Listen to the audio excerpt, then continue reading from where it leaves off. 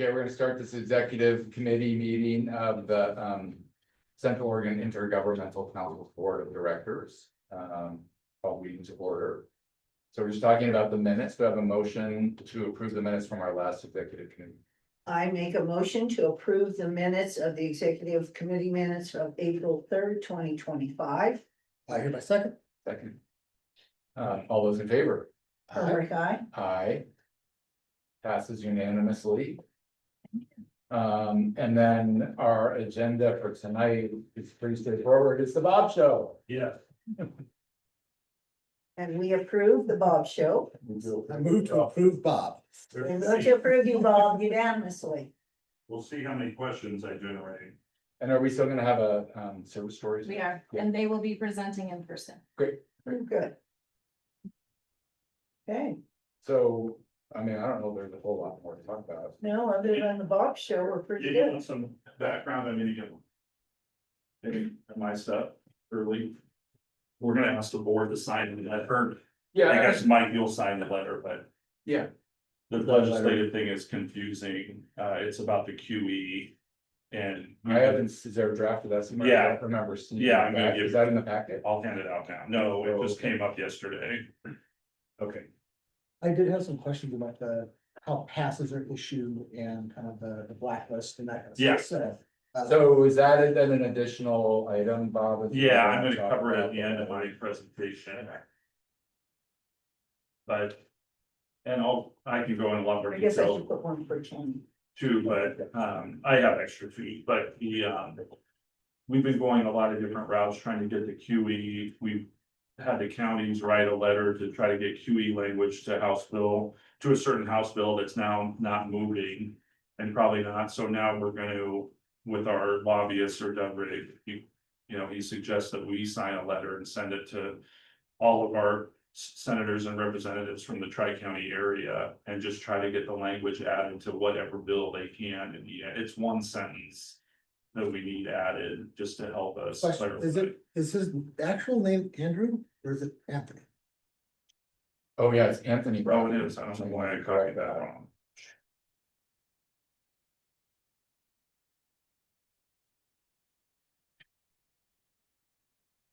But yeah, so this is just a letter, this kind of matches the letters that Deschutes and Jefferson County already submitted about the other bill, but this is just the proposed language that allows a county to designate us a QE as they choose. Did this come across our desk? Cause I don't remember seeing it. No, Request for a letter. one came across, I mean, it didn't get to you, we've been still Me? struggling. Oh, I was gonna say, cause I didn't see this at No. all. The meeting that I chaired, we had talked about, and we had moved, there had been a motion, we moved to approve, basically drafting the letter and then kind of advocating for it. Yeah, Okay. and then, and so we got the letter, we didn't get one from Crooked, it kind of didn't matter at the end Oh, because okay, this okay, other cause I was bill- gonna say, I didn't see this letter come across. Yeah, this other bill wasn't moving now, Okay. and so it was a letter in support of changing language on that, and so this is.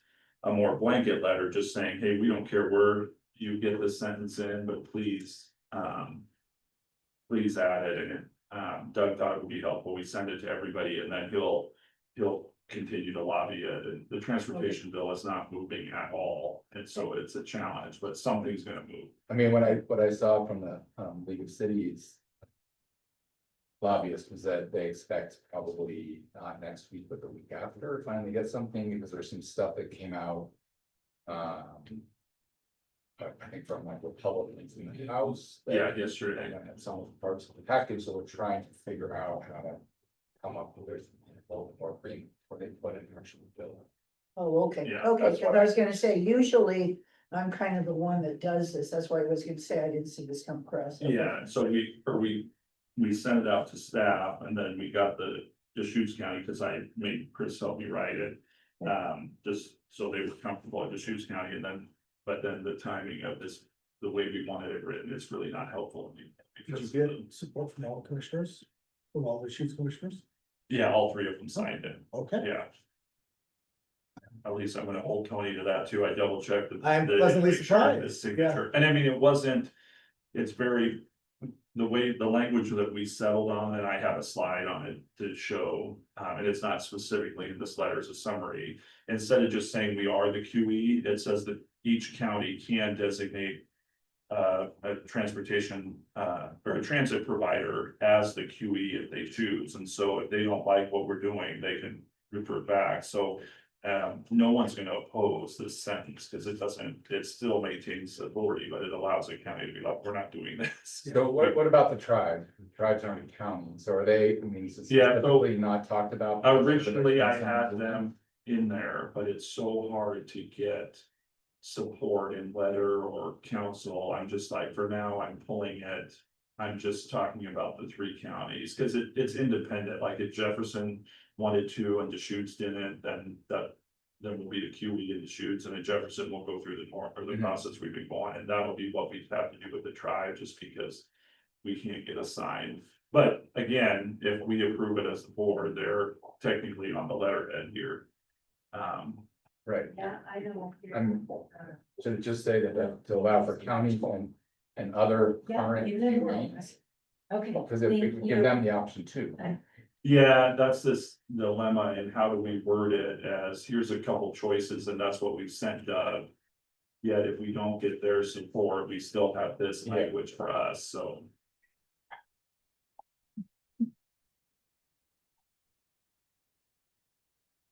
Oh, good, yeah, thank you. I mean, the one thing I don't see this letter addressing is this idea of administrative efficiency.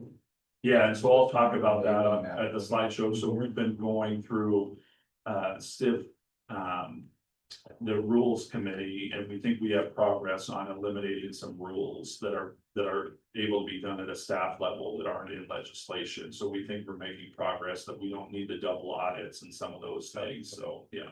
So maybe that's deficiencies we can solve a different way. Yeah, well, we think so, and part of it was like, hey, with every signature and stuff, he's like, you can't go over a page, so It's obvious that. yeah. Do the counties do you guys take a haircut on the funds as it moves through the county? Yeah. And so this would eliminate that, correct? I mean, we still may come to some agreement, like, hey, they still need 1% for board overview, like Jefferson County has gone to a standard rate now of overhead regardless of the hours. And so we probably in agreeing to do the work would work through that, but it's certainly gonna be a lot less, if not nothing, depending on. But this would allow, basically, then each county would kind of draft its own language or what they would consider required to identify. Yeah, we would just do that to help track, but I mean, generally, it's gonna save 10% of the overhead probably, and the other thing is, the legislation still requires. A stiff committee for each county, so we'll still have we'll still go through the board for votes on things, it's just we don't have to, right now, we get audited, we turn all our stuff in, they get audited, or they get a question from ODOT just to them, they forward it to us, we have to answer it, and then they have to resubmit it, it's just a. Yeah, Yeah. the economies of scale in this situation, absolutely, they show themselves to be pretty quickly advantageous. Yeah, I mean, it's Can we cut different. out the middleman and just let you guys kind of deal with it as long as we've still got oversight? Yeah, and the way it's written, it's still unique because there's some counties that have multiple transit agencies and they don't get along and they want. Police type oversight, right, which is fine, and it allows them to keep that, and so. We're just talking with Doug, we don't think there's any opposition, which, right now, there's so much opposition on the transportation bill. Usually you can't add a sentence or something unless you're buying a boat, but we think there's a good chance of still getting it added. Nice. Plans A, B, C, and D. And EMF probably. Okay, good. Hey, Tony's not joining online. We already did, oh, there he is. We already I moved did our to, stuff. I will sort of move to adjourn. Did I get timed up or something? I think we're done, right? Yes. We approved the minutes with it. We've all Yeah, prepared it was- you, we've all yeah, prepared yeah. you for 5 It minutes. was gridlock Well, from my front door all the way to this exit here in Redmond. That was amazing. Yeah, it's pretty. We have a rule at transportation related meetings, you can't complain about. About congestion.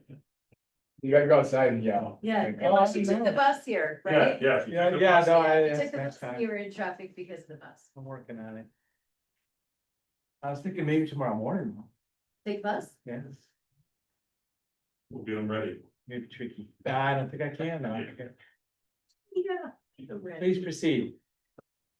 We're good. Do you have a copy of this? Yeah, I just gave them. Okay. Yeah. And he has. We're talking about, submitting this letter, support of this qualified entity discussion. Sounds like it's already been something, Bob's talked to each of it. Yeah, You have to see about this.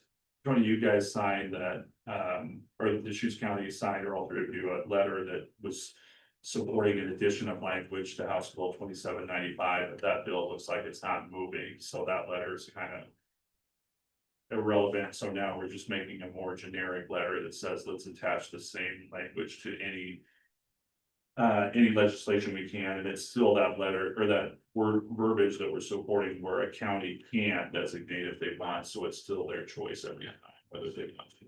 So trying to get it in this legislative session. Yeah. stuff. Yeah. Fine. And at the same time, we're working the administrative rule side of it at a staff level. We think we can, because some of the rules are just developed out of interpretation of the legislation, that we think we're making headway on minimizing some of the overhead anyway, even if we can't add it. So we're trying to tackle it from both sides. I think, you know, the legislators who has like a whole bunch of things on their plate. What's the why behind this, is why this is, why does it matter? Why should I even worry about this? I don't know that there's really a sense in for this of the why. And, it seems like maybe that would help. Fiscal responsibility. Yeah, if it's a simplifying administration of TIF Yeah. funds, some more efficient use of funds. Okay. To deliver more service, I just somehow it seems like I can we probably see opportunity, we think this presents opportunities to more efficiently use. TIF funds to meet the purpose of, serving her. Yeah, I can add a thing. I mean, it says reducing administrative costs and administrative burdens, but I can add another thing just to pop there. Probably gonna get one more sentence and keep it on its one page. Or maybe you just bullet those, the most Oh, critical yeah, piece. yeah, Just bullet that sentence Yeah. and it'll really Put draw it it at out. whole, yeah. okay. No, that sounds good.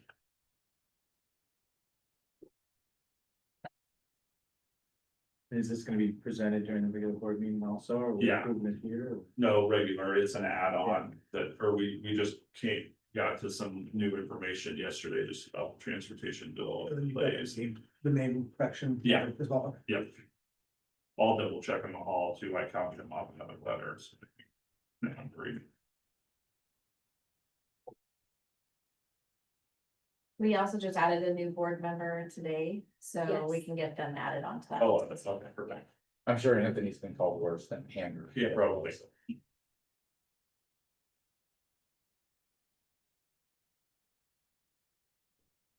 So how are things going? To the staff? When you close the executive session before we Yeah, we've had a stop day. recording, we stop We recording. do have a question I do though. have a quick Yeah, question. no. So right now, because we are trying this new adventure where we're posting the recording online.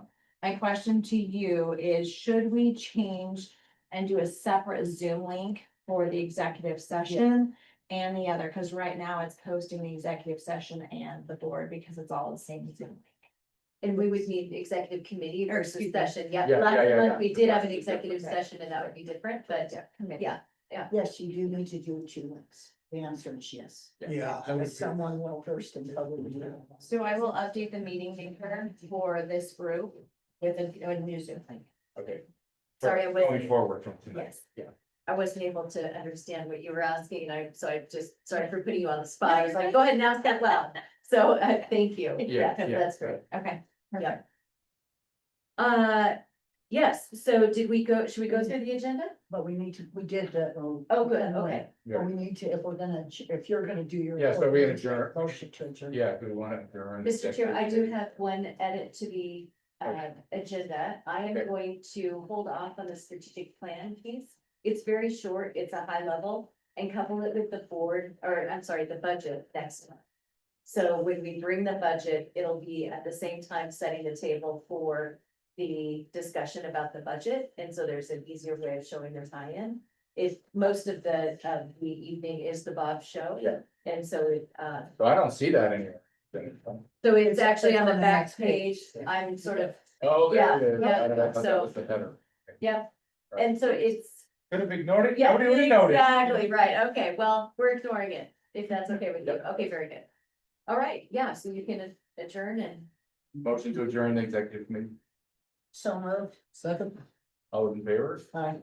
Aye. yeah, so we've had a. So we're gonna go ahead and get started.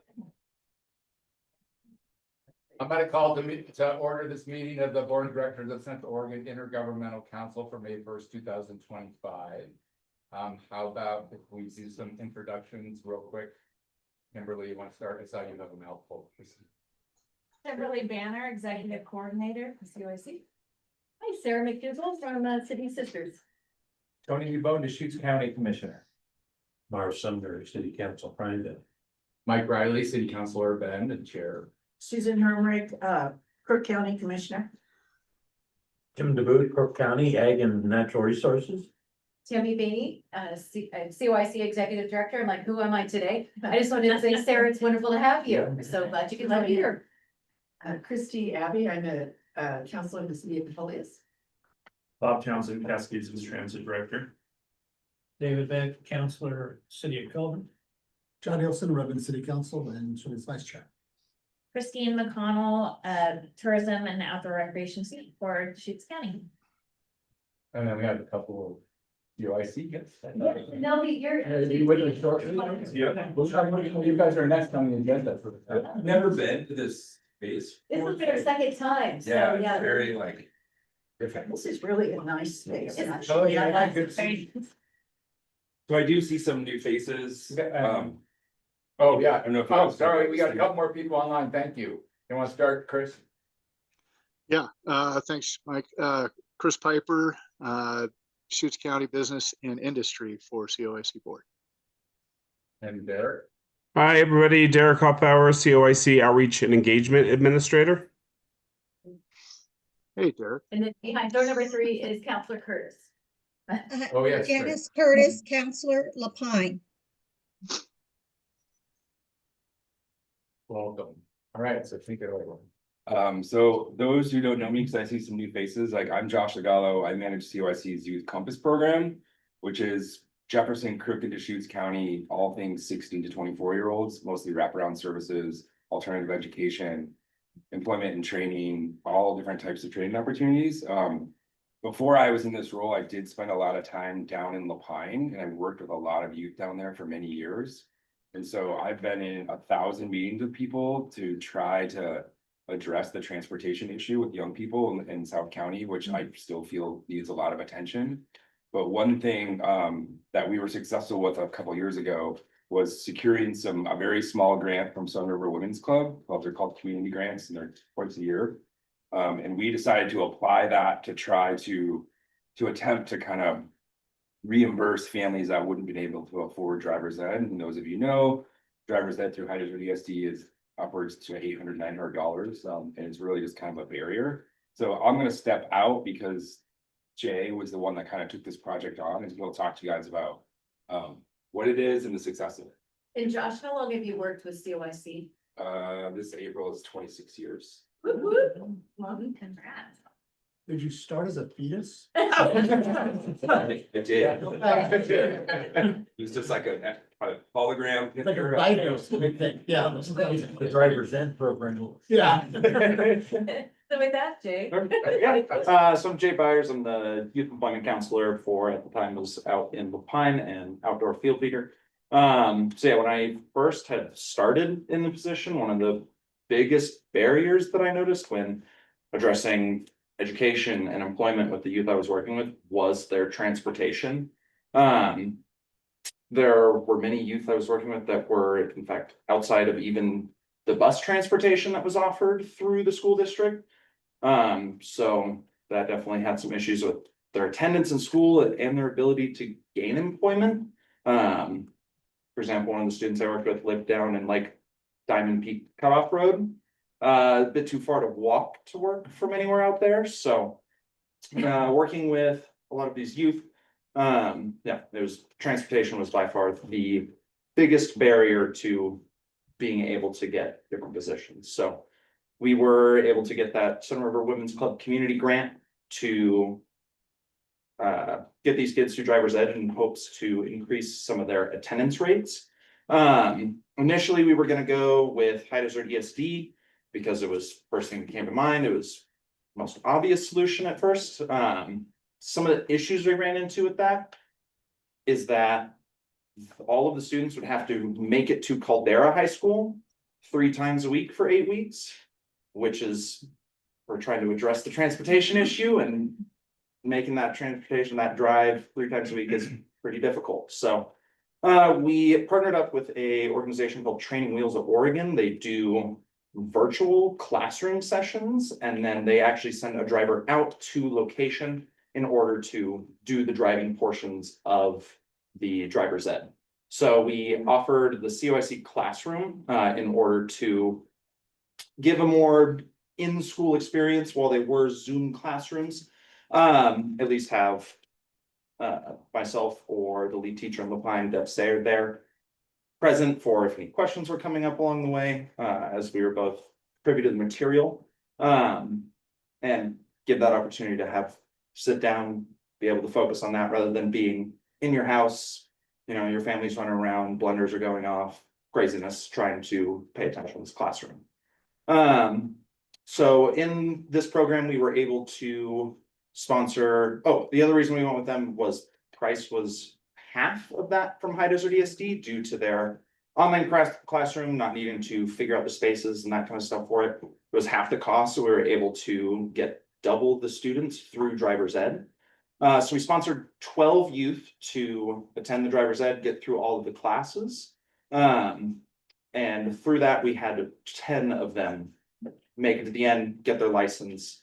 And in following up with them, they had an increased attendance rate of, on average, 18% from what it was initially. We were shooting for 20 and didn't quite get there, but still a pretty significant increase in the average attendance rate of these students. So I feel like it was an awesome program. The transportation in Lapine is definitely still a pretty major issue.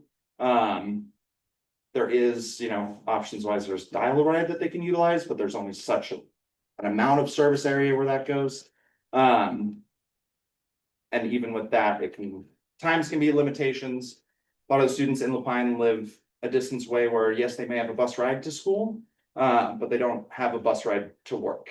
And it's, you know, 2-hour walk to get to where they would want to be employed.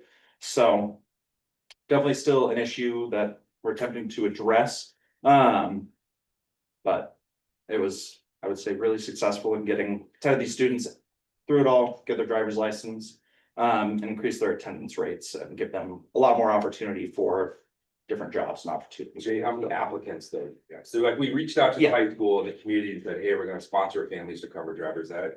And we, as a determining for eligibility, is like free and reduced lunch, living at a poverty level, like someone that family can literally not afford driver's ed. So how many people? We had 26 applicants, both from COIC students as well as Lapine High School students. So a community grant's $5,000, that's it. But that's all the money that we have to work with. And so I don't use any youth programming money to cover staff salary. That all comes out of other grants. We just use the $5,000 to literally just hand it to the families for reimbursement to do driver's ed. So we were successful in getting another community grant. We're gonna do the same thing, but it's $5,000. Grant funding right now is so competitive that yes, we are successful in getting the grant Silver Romans Club, but it's reduced. It's like $3,800. So I'm trying to pair up with Lapine High School. I'm trying to pair up to get people to match and just continue to keep doing this, but I'm not done. Like driver's ed needs to be in Lapine. Like I gotta bring, somehow we have to get an instructor in course down there. So you can kind of break some of the generational poverty and these kids can like get a job and like kind of crack into the work world. So. You know what amazed me is I had to renew my license in April, so I wanted to get a real ID. So I went into the DMV in Prineville, and there was a young girl taking her written test, 16, taking her written test. And she went ahead of me, and to get in Bend, Prineville, and Redmond, to get her first chance for the driver's portion, and this is April, was an appointment in August. Yeah. And that is just I mean, I just don't find that acceptable. You're 16, you want to drive. She passed the written test 100%, and she had to wait till August to get the driver's test. And I wouldn't have even known that, except I was in there getting real ID. I found that just terrible. Yeah, it's some of the appointment times for getting into the DMV for the drive test are very, very long. One of the great things about the ESD as well as the program we went through is, so it's a certificate-based program. So upon completion of it, you complete all the assignments, you do all of the drive instructions. The final drive instruction is treated as a third-party test to the DMV, so they actually give the students a certificate. They go into the DMV, walk in appointment, they hand that over, and they have their license because they have passed the class, so they don't have So to that wait okay, for months and months. That is, I commend you then very much, because this girl, like I said, she's waiting till August for me. Yeah, I really and commend you. especially in Lapine, the DMV is open only on Thursdays, so once a week. And it opens at 9 o'clock. They go until 12:30, then they are closed for an hour for lunch, and then they're open for, I believe it's 1:30 to 5, I think is the close time, so pretty limited ability to, especially if, you know, you're in a single parent household, your parent is the only one working, so your parent is not able to get a Thursday off to go into the Lapine DMV or drive you all the way to the Bend DMV. Especially when it's, oh, we have to schedule an appointment months and months out, it makes it really, really difficult, so. Good job. Do you have any kind of tracking to see how many of these kids that did pass their drivers that were able to convert that into getting a job? I work pretty closely with most of the students that transferred through it. I haven't been particularly accounting for the students that went through it and getting the job. I've been for grant reporting for the Sun River Women's Club, was really focused on their attendance rates and that kind of stuff. That is from personal anecdotes, no exact numbers. I've seen it be pretty successful, especially with the students even just desire to go get a job because they feel like they can now. They know they're able to show up to work on time. They know they're able to get themselves there now. And so while the job market in Lapine is pretty difficult for high school age students, it does give them a lot more opportunities and more of a desire to apply themselves towards that. As well as now they're able to they could get a job at the Sun River Resort, which is not that far away, but it's way too far to walk over there, or even out in Bend. So opens up a lot more opportunities for them for sure. I have a question. Jay, and I'm curious. So one, I commend you guys for finding a gap and being able to serve, the underserved areas, if you will, and being able to be a resource to those that can get a job and begin starting to have an income. So that's terrific. I can't imagine the lift that you guys have had in putting all that together. I'm curious to know kind of what other headwinds have you faced with through this process, and are you also, from the learnings, looking outside of just grants? Are you looking at any private-public partnerships? And then are there other models that you've looked at outside of Oregon or outside of Central Oregon that might be doing the same thing, where you could look at kind of some collaborative efforts? Well, I mean, as far as like partnerships goes, it's really like trying to piece together like anything from like Lapine Parks and Rec to Lapine High School. Nobody really has the money. Everybody has ideas. But now, if you're familiar, South County Collaborative, which is a nonprofit that's put together down there, and Sun River Women's Club actually funnels money into it. That's kind of my next step, is to go to them to try to get a larger pot of money and then seed it to the height of the DSD to bring an instructor to Lapine and try to have opportunities. And maybe they have to go to Bend once or twice, but not this throughout the duration of their training. They've got to get a parent or a grandparent to give them a ride to Bend. It just doesn't make any sense. So that is the biggest piece as far as partnership goes, but it's really about like finding money and backing to make it all happen. So. Okay. And what about other models outside of the region that might be similar to this? You're like, first of all, Jade did all the research here, not me, and found this training wheels program, because Heidelberg ESD was so much more expensive. I mean, we would have served 5 or 6 kids and instead we served 12. Yeah. But as far as other models go, unless it's like a larger metropolitan area, driver's ed, it's just like you're on your own. And I mean, to be really transparent, it's almost like socioeconomic status determines whose kids get driver's ed. That's Yeah. kind of what's happening down in South County right now. So your niche is kind of being focused in a rural kind of, I mean, La Pine's really kind of coming out of the rural, right? But you know, that kind of market or demographic is what I'm. Yeah, I think Kirk County High School has more headway right now. Mm. They're getting some steam behind them to actually bring driver's education to the school. It's still gonna cost families money, but maybe at a reduced rate. And so I've like kind of I want that to kind of base out a little bit and then try to go talk to Joel Hoff, who's superintendent there, and see if like what model and what works and how many people are you gonna serve, and then try to take that to the high school, that community. Okay, great. That helps. Thank you very much. Appreciate you guys being there. I just want Yeah. to say, I love what you guys have done and it's very important.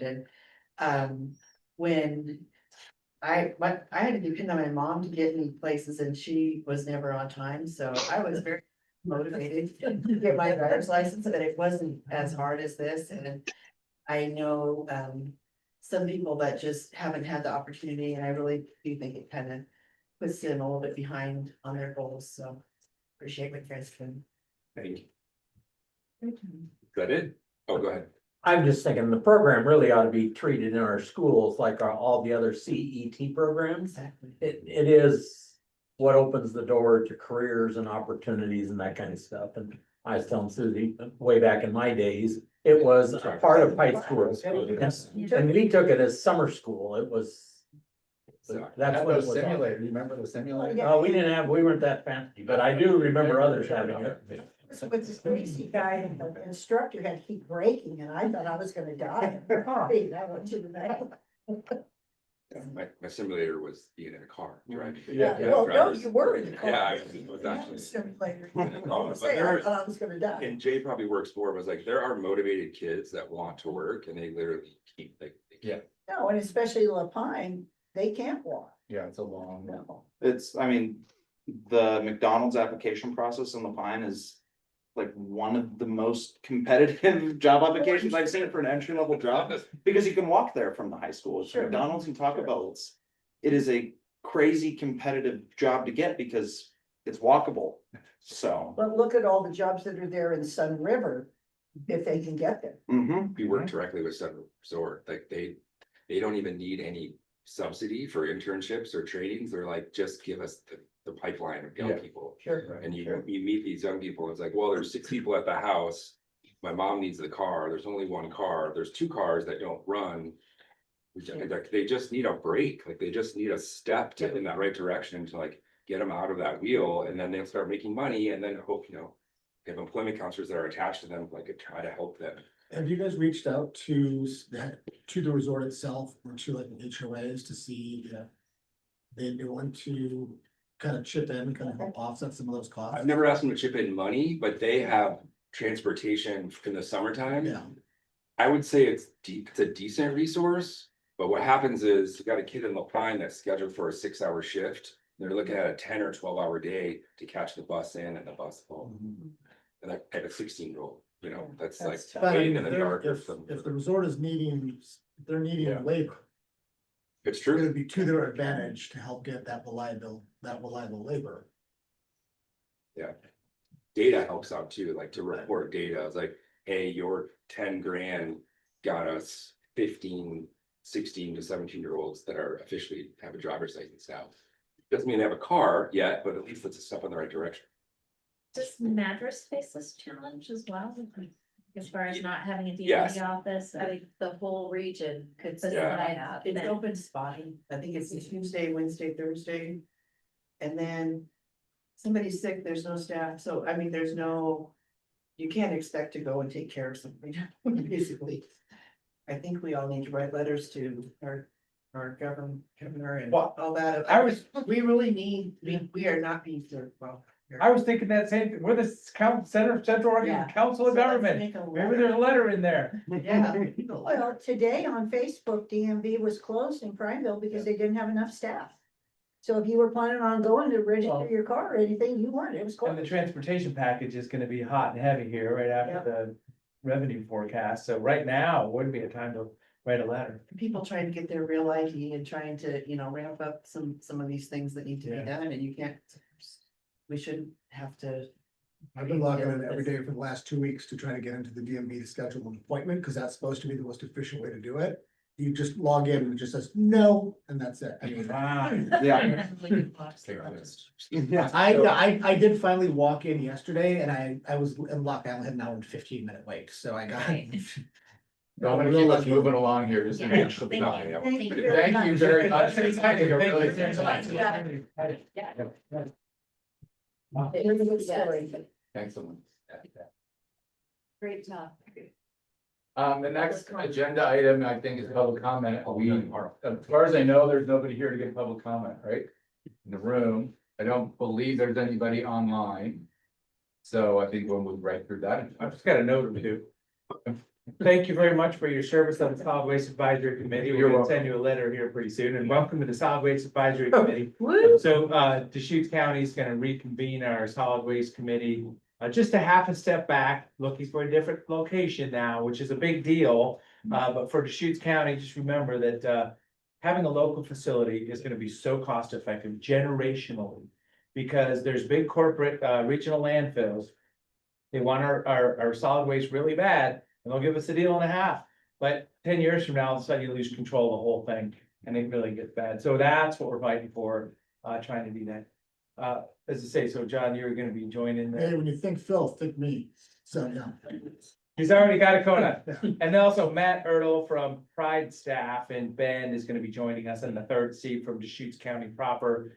He is, unemployed and underemployed Pride staff, a staffing agency, long time in Bend and, placing people in jobs all the time, I guess. So that'll be nice to have him next month. All right, so consent agenda, we have approval of minutes, the fiscal report and the department reports. Do I have a motion to approve? I make a motion to approve the board minutes from April 3rd, 2025. And do you want to do the whole consent agenda together? Oh, And the rest of it. I will just make a motion to approve the consent agenda. Great. Second. Second, okay, anybody, discussion, or is there any burning questions on anything that's impacted? One item, Lapine Community Kitchen capital improvements was mentioned on page 8. This is one of those scenarios where there's some people that really want, and not that it's an edit on the minutes, it's just a statement about it. It's a group of people that want to provide more infrastructure, and it's the daily meals for people, plus food boxes and food distribution, and it's a wonderful service to the people that need it. But this is one of those scenarios where people show up from anywhere, fill their back of their car, their trunk or whatever with food, and then some of it ends up in the forest floor. And I've been cleaning up that stuff. I mean, when we go out to a cleanup day. Somehow, maybe we want to focus on closing the loop on that. And it's a hard conversation. It's the same thing I mentioned. We're kind of keep stepping away from focus on what we're dealing with here. Feels so good to give so many vegetables that are just about on the verge of, going bad because we got them from a grocery store. But then some of that's ended up on the forest floor. And I'm just saying, so now COIC has picked up a project called Capital Improvement for the Lapine Community Kitchen. And this is that moment where, oh, you want a new facility? What's your mission? And what are you doing? Well, we're giving away stuff to people. And it's like, well, wait a minute, how about we close the loop a little bit better on this? And I used to be on the Neighbor Impact Board, and they always wonder, well, we have St. Vincent de Paul, we have the community kitchen, and it's just two different worlds, and they both need money or food from the food bank, and they're not talking to each other. So this is a moment where we could maybe have that conversation a little. Do you have suggestions for the team in terms of being able to close that loop? I'll sit down with the board members and have that discussion, because that's where it starts. There's really passionate people, and they're not doing bad work. Yeah. But they're doing it with blinders on and love in their heart.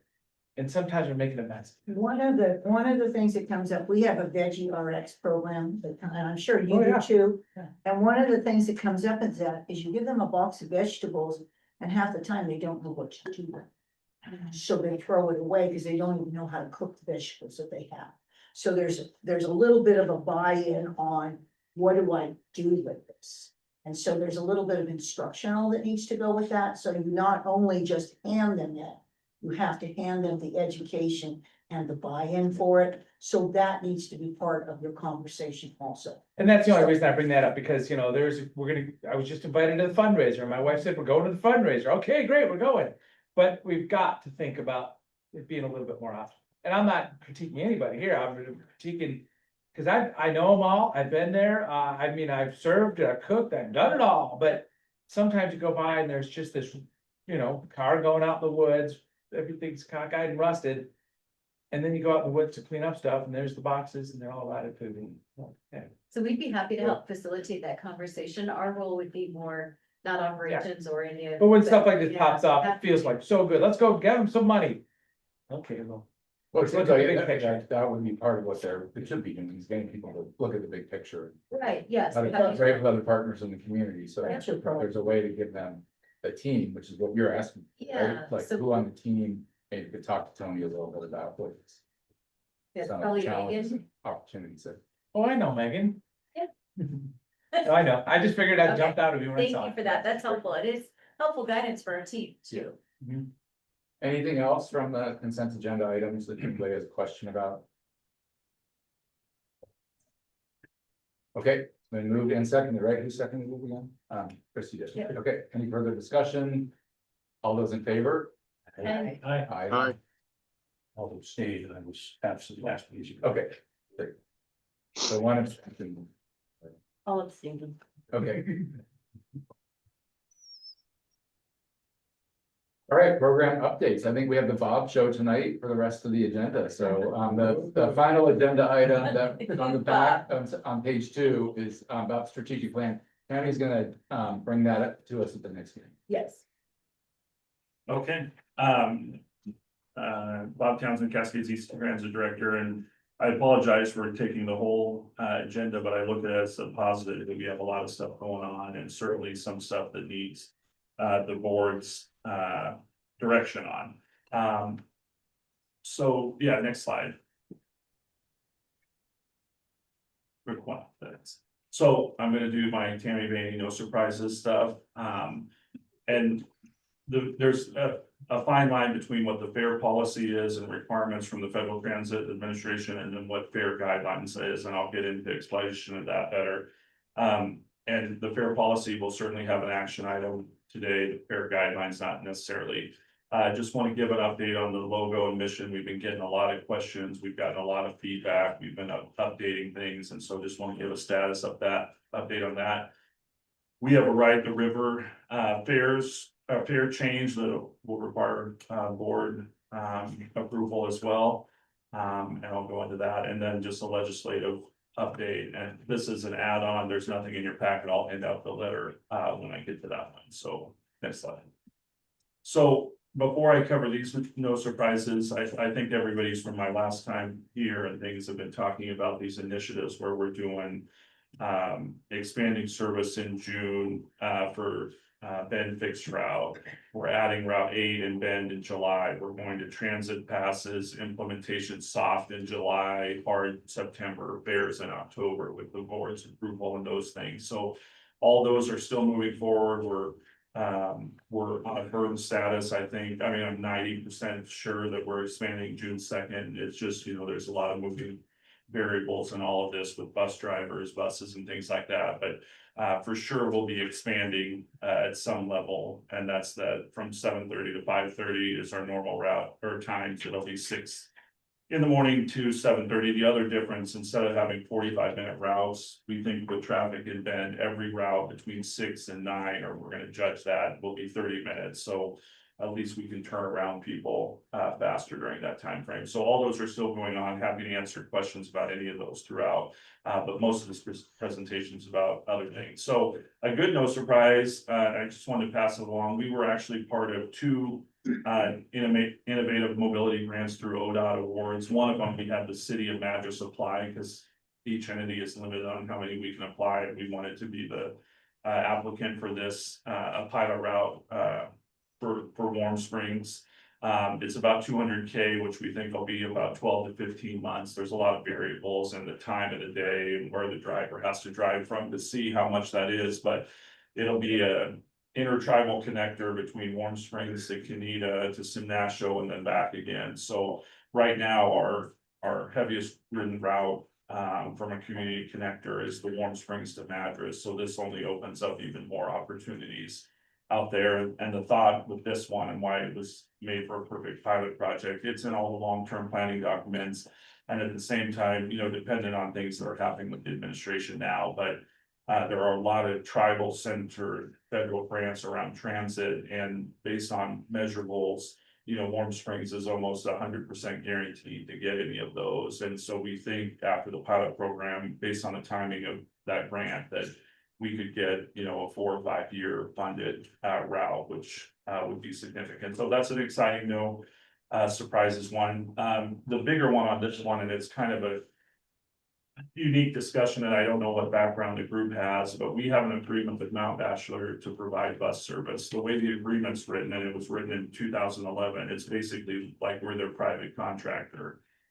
First off, generally government, you can sign intergovernmental agreements for 20, 30, 40 years or whatever between two government entities. Generally, the rule is 5 years between public and private entities. There's a few nuances to that, but obviously this is a little too far.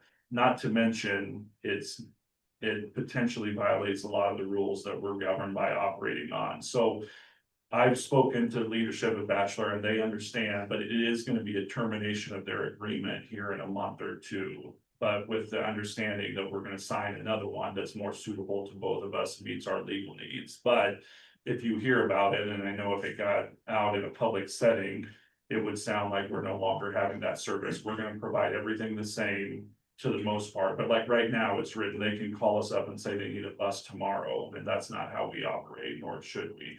We also need to include more administrative costs in there, because we can't use a single dollar of stiff FTA or anything for that service. And right now we can't honestly say that we're abiding by that rule. And so that's why it's important. We could wait until next year and do it, but we need to do it now. And so there's nothing for right now leadership to provide, except if you said, hey, I'm tired of the Bachelor. But the nice thing about it is it's a tremendous benefit to us, because it allows us to maintain a number of drivers through the winter. It offloads some of our overhead costs, because we're spreading it out a little bit. And then for them, obviously, you know, they can't operate at the level with the parking they have without the bus. So there's no reason why we wouldn't be able to come to agreement in a month or two on the new format, but I did want to make sure everybody's aware of it. If we're terminating the agreement, there's been conversation, they've agreed to hold us harmless.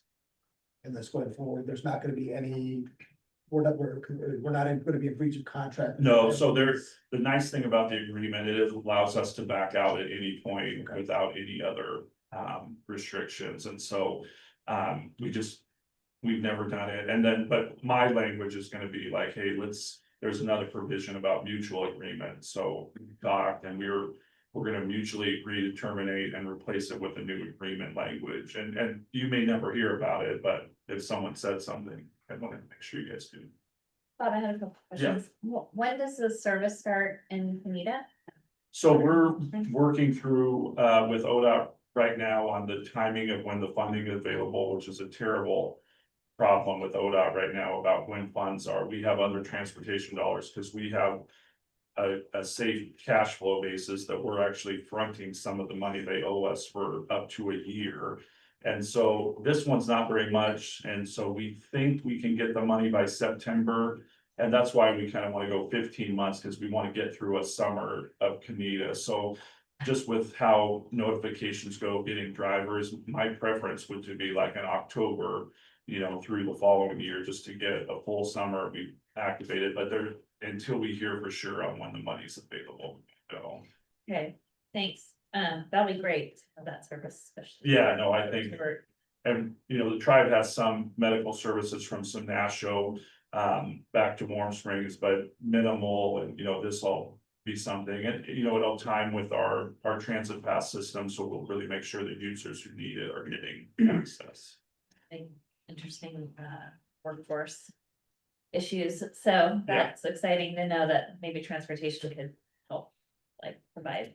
like, Yeah, and less of a barrier. we're trying to coordinate timing so that, theoretically, if you live in Madras too, and we're working in Canada, you take our community connector to Warm Springs and then Warm Springs to Canada, and there'll be, it's about 90 minutes to do that loop out and back. Maybe a little longer in a bus, but it's just gonna, run that all day for the most part. Thank you, and then the question about Mount Bachelor and if there is public, interest for, at least from us, for a tourism perspective, if you have some language that you want to share with us to make sure that we're like expressing any same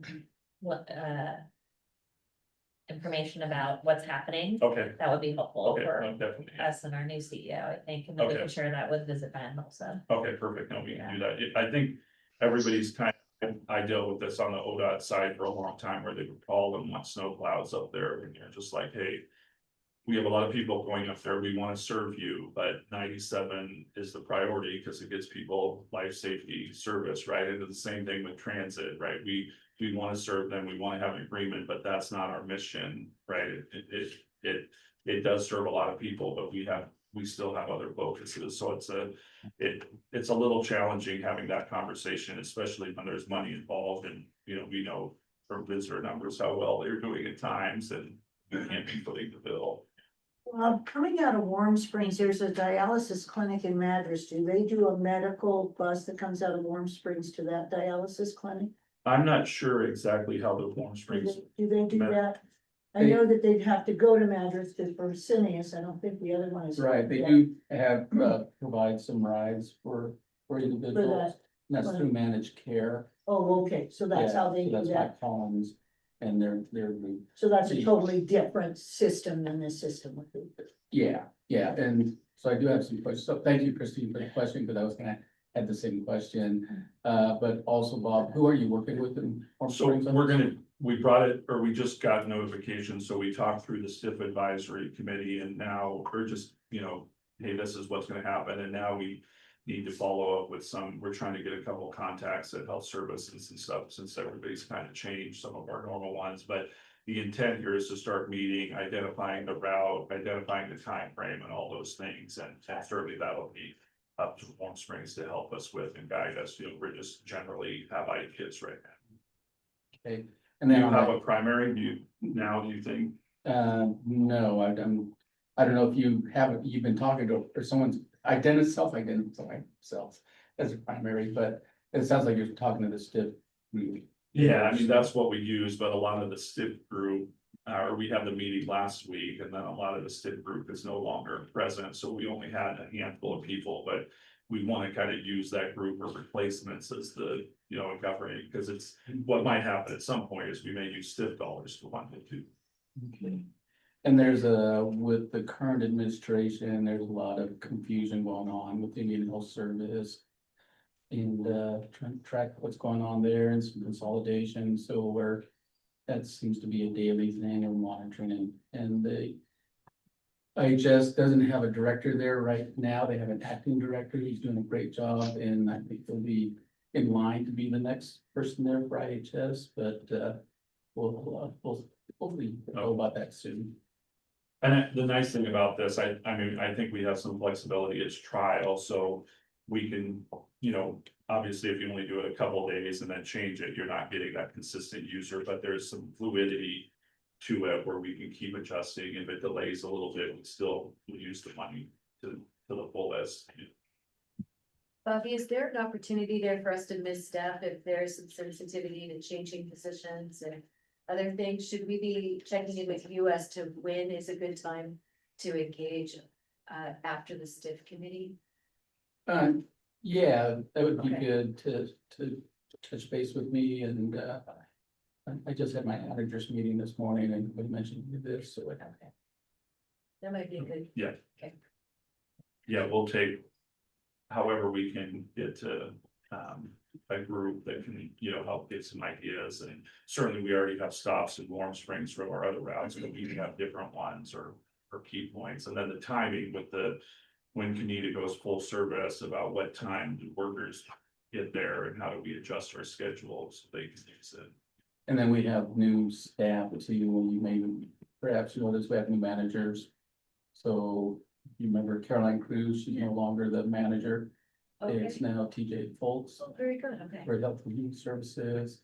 And then for Public Safety, it's no longer Nancy Saylor, it's now Dennis White third. And so we have different staff.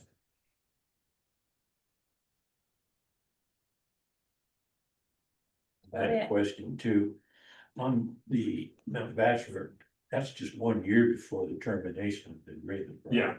So really, this is just getting you out of it and into the new program earlier, just Yeah, by good luck, I guess we would say. yeah, I mean, depending on timing and resources for us, we should have done that a long time ago, because a lot of the stuff is really outdated, like they helped. Match a grant, which was great, and then we gave them a $400,000 bus to use for 20 years for $100,000 grant match, and there's just some unique things that a public entity can't theoretically do, and I mean, it is what it is, it's none of us were here in 2011 to sign the agreement that way, but it definitely should be corrected just from a public service and use of funds thing, but a lot of it's just gonna be like, hey, we agree, this is the service windows, because right now we struggle every spring and summer, they wanna.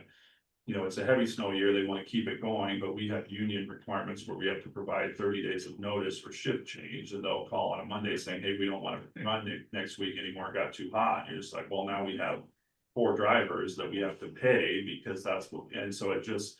There's a lot of that stuff where there's a way to find a partnership between the two of us that work, Okay. Thank you.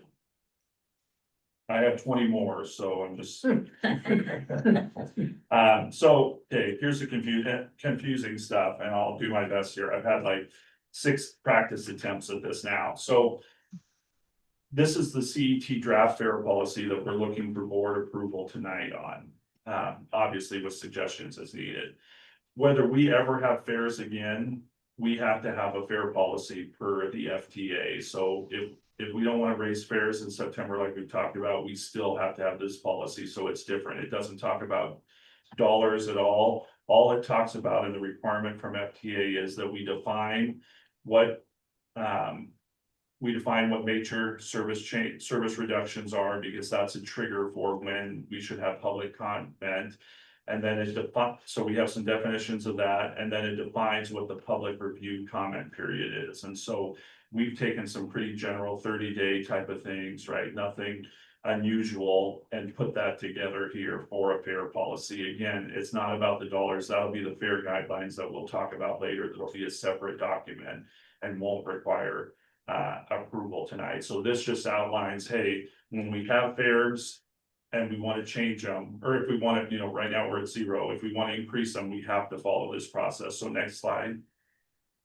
Do you want to use the word increase in there or fare changes? Because, I mean, there used to be a simple fare, wasn't there? And then it went to 0, and now it's bringing it back up. So we have history of taking to nothing. So the purpose statement says major, service changes. fare increases or service changes.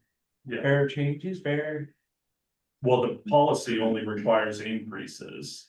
And so technically we were in an approved $0 Okay, yeah. fare, so. Because Yeah. it's not, it won't be a, We don't it have. won't be a community outcry if the fare goes down. I get it, sorry. Correct, yeah, and I mean, it could be changes, because we could choose to do it either way. It took me a while. Yeah. I wasn't care if it's at 0. So, next slide. Oh.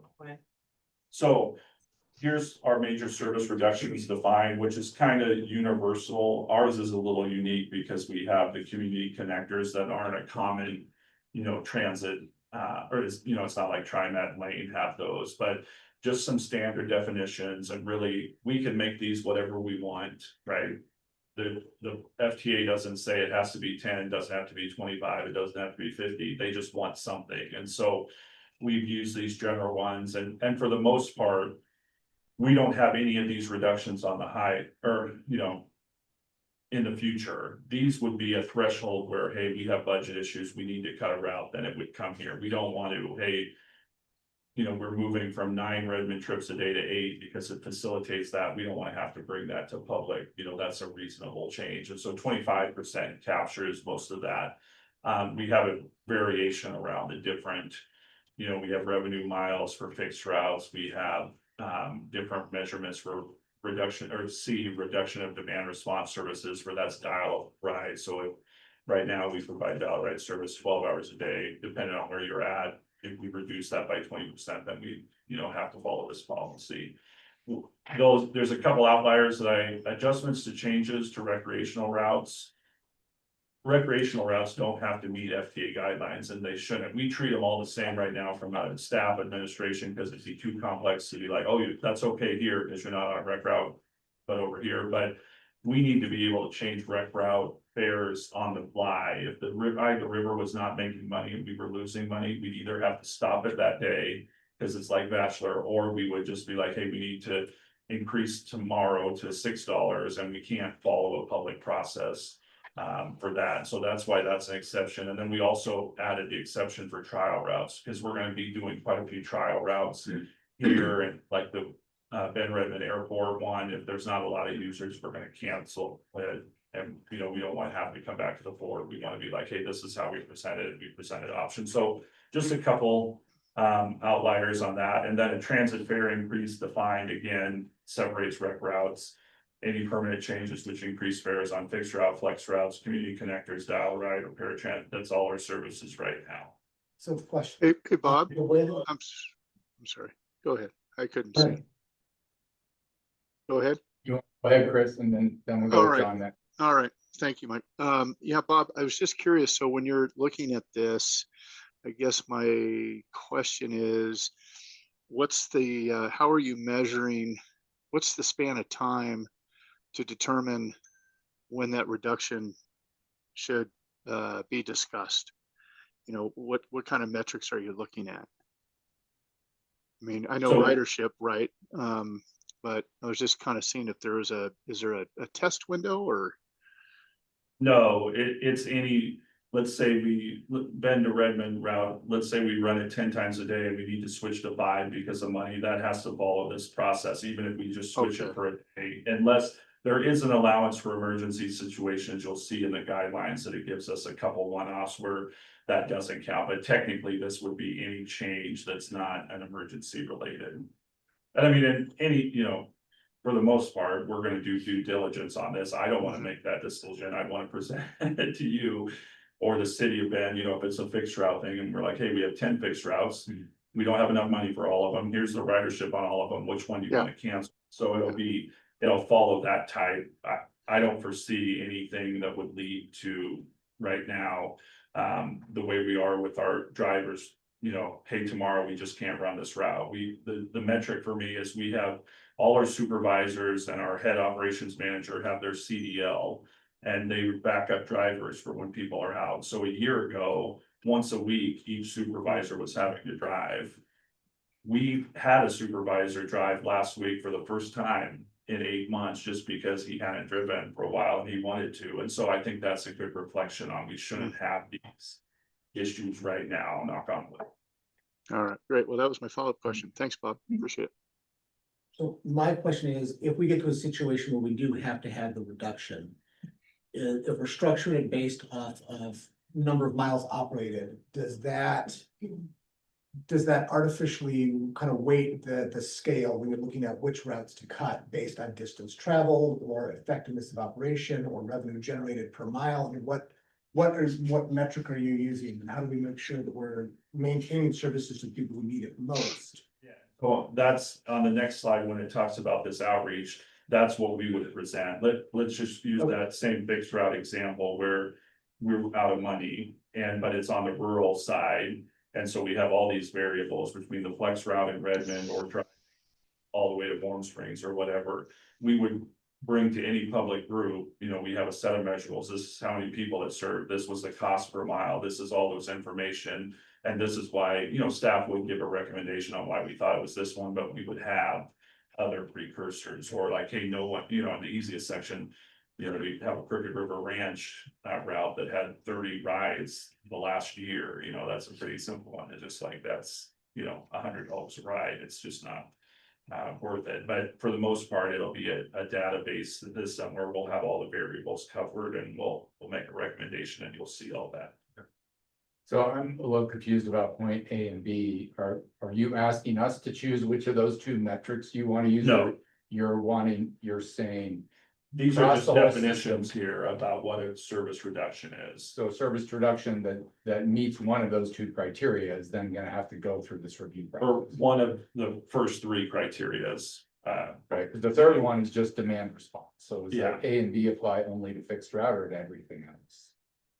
I mean, the way we're at right now, we would say everything else meets there. Is if we have weird.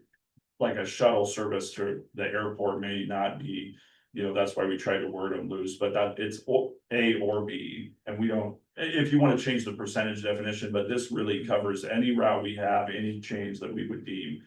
You know, like 10% changes are. When you have 10 routes, changing one a little bit is Right. gonna happen quite a bit, but 25% means we really had something, yeah.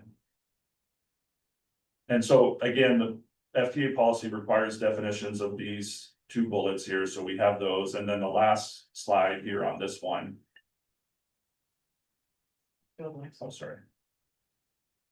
This is all the other stuff that's really important about what does public comment look like. See, or actually there's one more slide, but see till, well, you know, normal stuff, we'll put it on our webpage 30 days before we time out the board approval. We'll present it at Transportation Advisory Committee meeting and get feedback. We'll use public meetings just like we do now. If it's a change in Bend, we'll be at the Bend City Council, we'll be doing those. And so the example on this one is, so today, after this, you're gonna give me general feedback on the fare tables.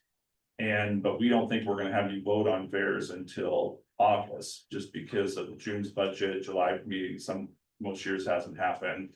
We'll post it on our webpage tomorrow. We'll start meeting about it so that we're getting more than 30 days feedback. But in the worst case, because this one is such a unique one, going from 0 to a fare.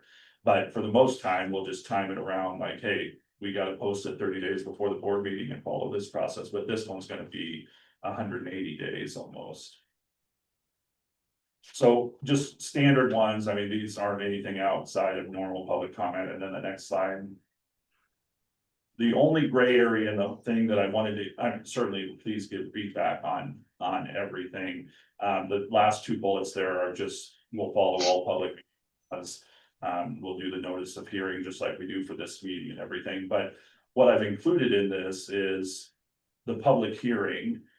A public hearing on transit fare changes is probably not gonna generate a lot of people, and if it does, it's gonna generate questions around who gets free and reduced, how do they do the transit passes and those things. This one, because we're going to fairs for the first time, may be something where you may want the public hearing here. For the most part, I'm assuming, hey, we have one fare change or it's 10 cents. We public hearing at our PTAC meeting that has representatives from the three counties and Warm Springs and not do it here, but I'm happy to do it here as well. I listed it as or so that we can make that decision with some feedback, but I'm happy to, you know, take that. Certainly, if we do it at our PTAC, we'll have their meetings recorded, we'll have all the comments that we got on the website. I mean, we'll get a lot more comments on the website than we do at a public hearing, and we'll be sharing that all with the board, but that's up to you. Bob, I got a question. Or a comment. Yeah. Or a suggestion, however you want to take it. On the slide prior, I just want to acknowledge or make known, specifically in Bend, I'm not familiar with the other cities, but there may be, I think there's a good opportunity to actually push information out to the neighborhood associations. Either connect with the lead on each of those neighborhood associations with information they can read, or if resources are available, to have someone from your department be available. Yeah, certainly. What I didn't cover, like on the Bend example, so we have an outreach plan for every route with every major contact along those routes, if there's neighborhood communities, and so. I just count those as our normal outreach and things, but at the same time, I can add that to bullet 3 too, as an additional. Touch point to emphasize. Okay, thank you.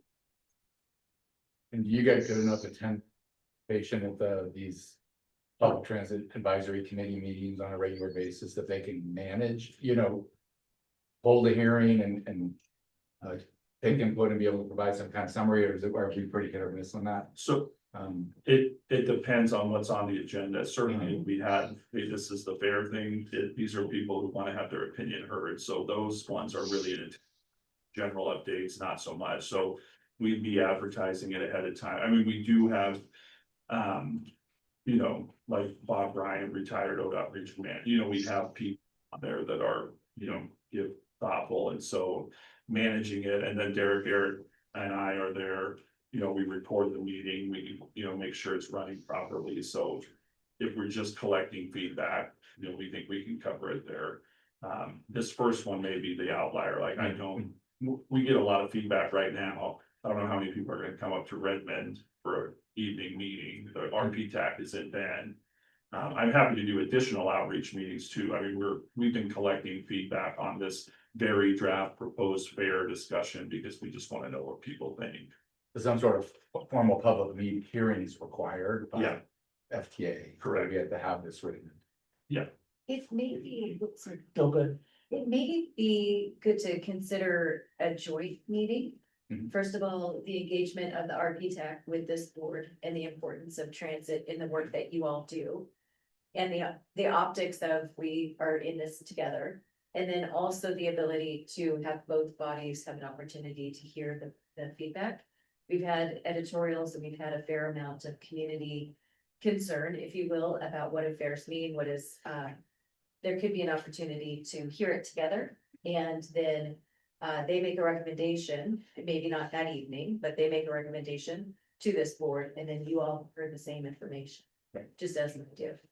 Yeah, maybe for this, like, a public hearing will be held at Central Oregon Intergovernmental Council board meeting unless deferred to the regional public one. And then for this first one, we'll try to move our date to before this one and have some joint one, because this is a unique one, right? Most of the time, it's just gonna be like, hey, we want to change the route or one route, a small amount or do something. This one's gonna be the one. Fairs Yeah. over the whole area, so it feels Correct. like here in Redmond would be a better Okay. location to get all of Jefferson County people, and Yeah. I know we have Cook County and the mountain. Yeah, and So that would seem the other. important for this one. Yeah, the other point of this one is, right, if we're increasing fares just for the Bend fixed routes, right now, the proposal or draft that you see in a little bit is the same fares on everything except dial right. If you're in Warm Springs, it's the same as if you're on Bend fixed route. In the future, those will need to be changed again. The community connectors cost us a lot more. In the past, they were double the other one. I don't want to do that right now. It'll actually cost us more money when we implement, but the other point of this meeting is like, if we are doing more rural stuff, then this avenue is probably more appropriate, whereas sometimes the RPTAC ends up pretty Bend central.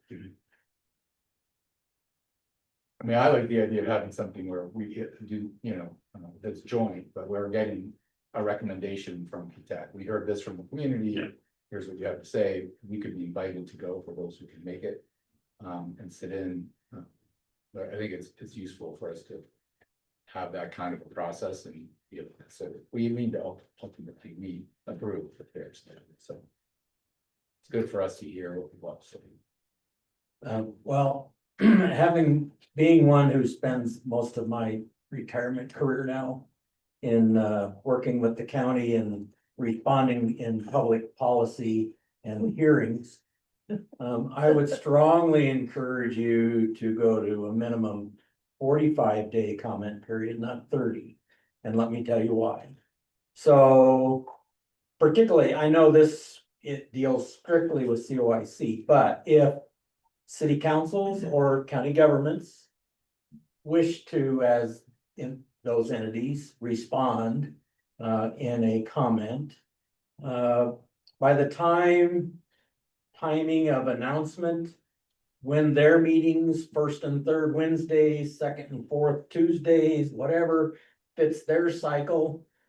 Because they've got to have public meetings, another chance for public hearings at a local level. Because the city councils and or county governments would be agenda item on their deal and they'd be talking about it, and so public could comment if they wanted.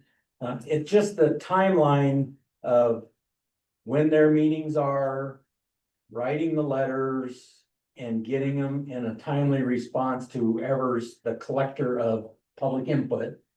30 days, more often than not, doesn't fit local government meeting timelines. And 45 is really the minimum I find with like Forest Service BLM, they'll announce a deal and then they'll have a scoping for 30 days or 45 days. That's not long enough.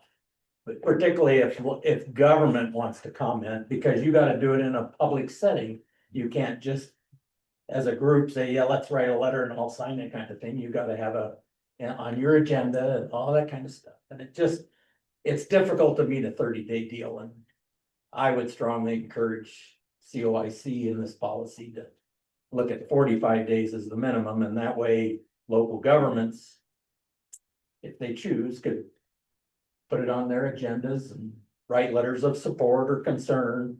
And it also then provides local public to have one more time where they might not be able to travel to Redmond for your public meeting.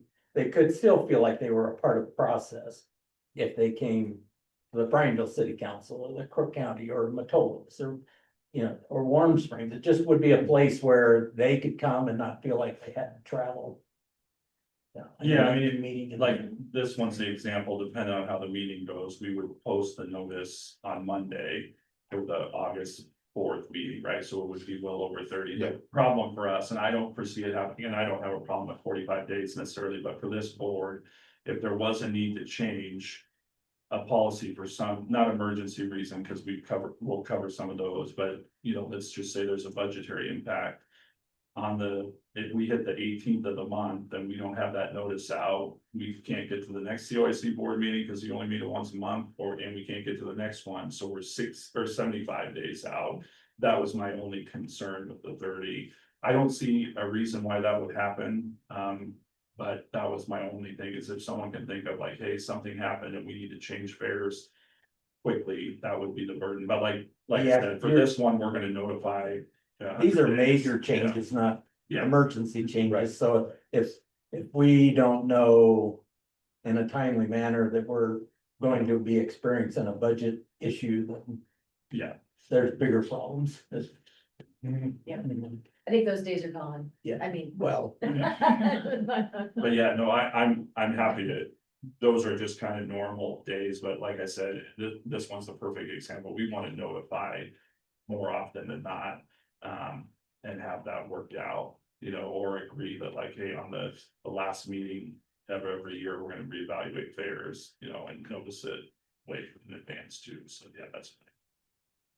Does anybody have questions or concerns about any other part of this that we've heard so far? So we have one proposal to change it from 30 days to 45 days. Or agreement on that? Seems reasonable to me. I think we're gonna point it up time for the local. Crook County is under extreme scrutiny on public hearing. Extreme. I'm one of the most popular ones who is under extreme scrutiny. Public hearing and meetings, so when she say. You and Steve McGuire, I think are. I think we are top 10, top 2, I guess, top 2.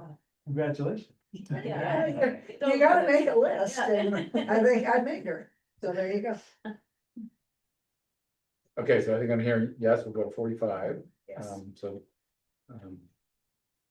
the preference in Redmond, Yeah. for the detail, the operational part of it. And then we're leaving this as the or between which body's doing the public hearing, but the sort of sense of the group is that for this fare change, we're gonna do some kind of joint exercise where we're encouraged to come to the public hearing that the PTAC may Yeah. forward, but ultimately a recommendation and summary of that meeting is gonna come to us and be presented before we vote. Yeah, and then the other, if we do an RP-TAC meeting, because they're every couple months, you know, we'll notice that for 45 days, and then we'll still select or take comments up until the meeting day, you know, through our website and call center, all those things. So, you know, it'll always be, you know, about 60 days of total. And honestly, again, since this is a big change and it's brand new, I guess I would encourage COIC to reach out to all the cities and counties between now and implementation day and say, hey, can we come put this on your agenda for this topic? Yes. And that way you'll have how many cities and counties in the Yes, group? then we can put it on. You'll have 15 public meetings instead Yeah, of one. and that'll lead to this next part we're talking about, that Yeah. what information can we share at those public We meetings? would really like to, Yes. yeah.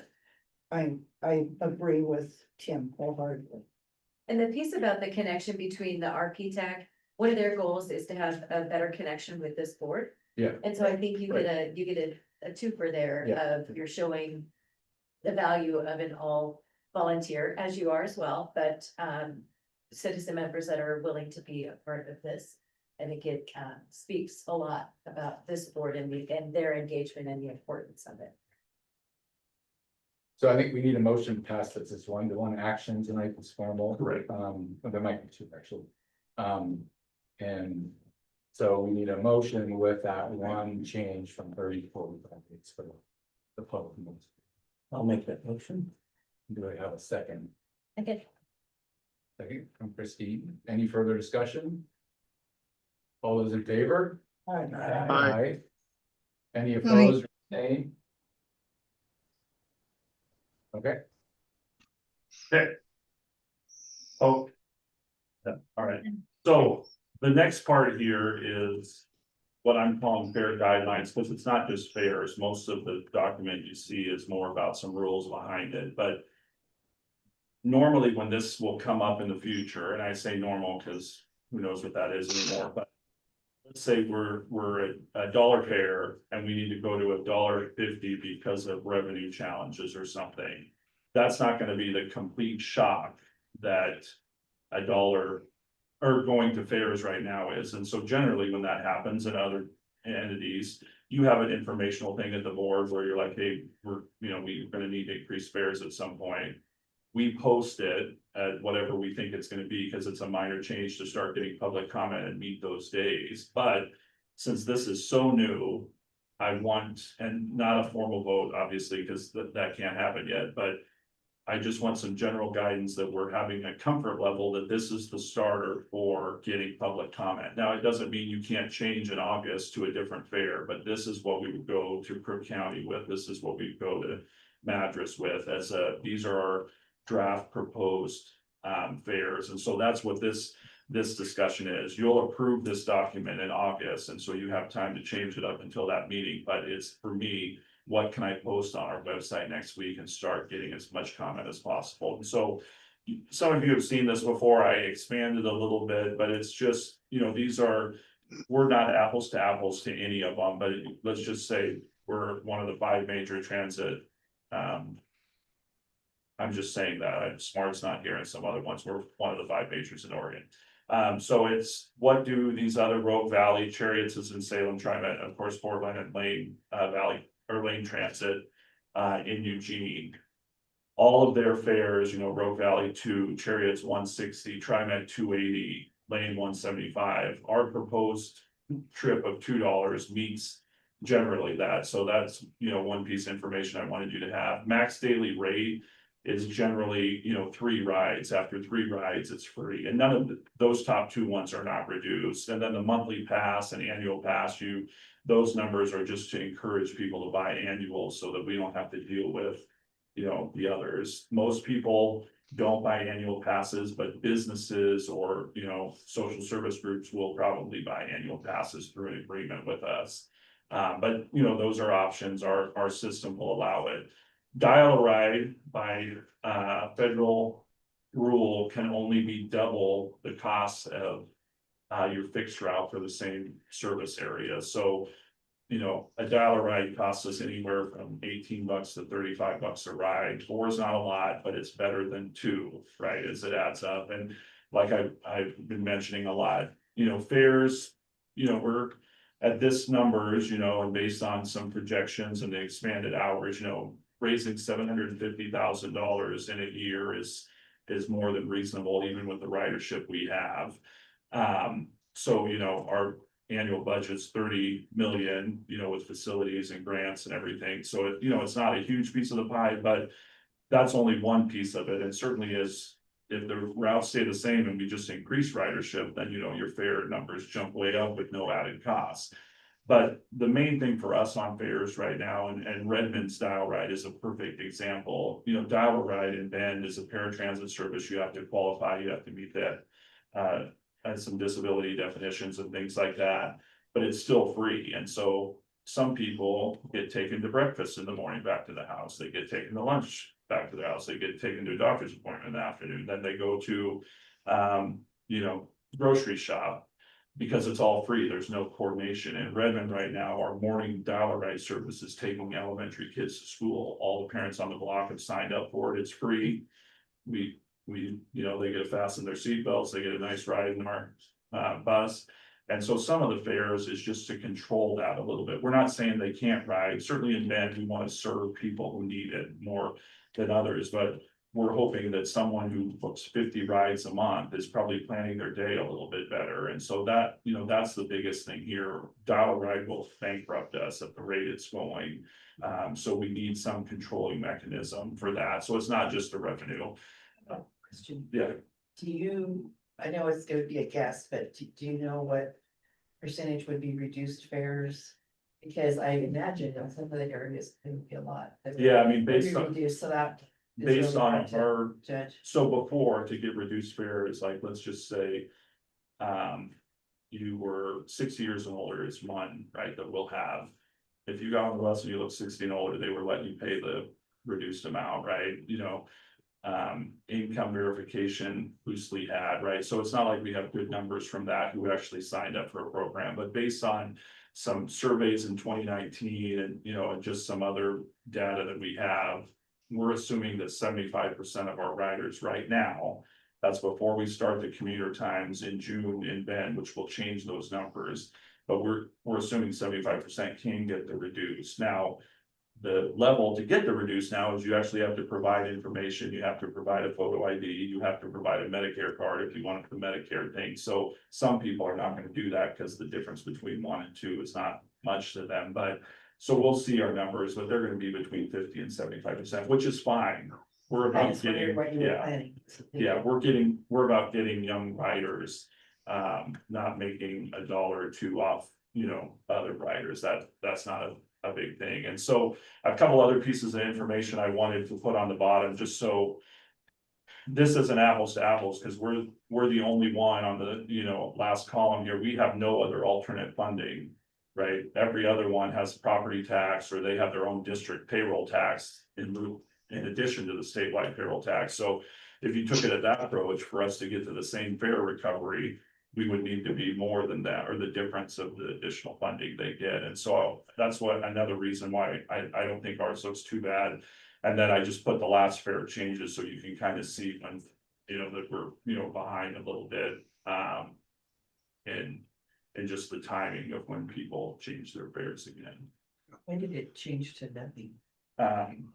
COVID, yeah. That's what I. The spring of, or March, or it was April, May of the COVID year, yeah. One thing that's not up here is that the Bend on Redmond Airport fare, maybe that's. I don't see it up there, but it's in our packet. Yeah. That's $10, so $20 on the return to come home. Yeah. Why that number? And just how does it compare to the other private services that are? Yeah, so Seems part of it, relatively low to me. frankly. It Yeah, seems low no, to me too. it is. You gotta pay what, $12 or so to park? yeah, 20 now? A day. I mean, if your car is here any amount of time, it's a lot. yeah, so It's a fucking hour, but they cap it at $20. Well, I mean, from Madras, I all the time am seeing people, to get to the airport and whatever, and we don't have reliable search service or Uber or anything for people to get there. So I'd pay $20 from Ben to get to the airport. Yeah, so the balance for us is, so we're gonna, this is a trial route that I think our start date is, I have so many dates in my head, but I think it's June 21st is our proposed.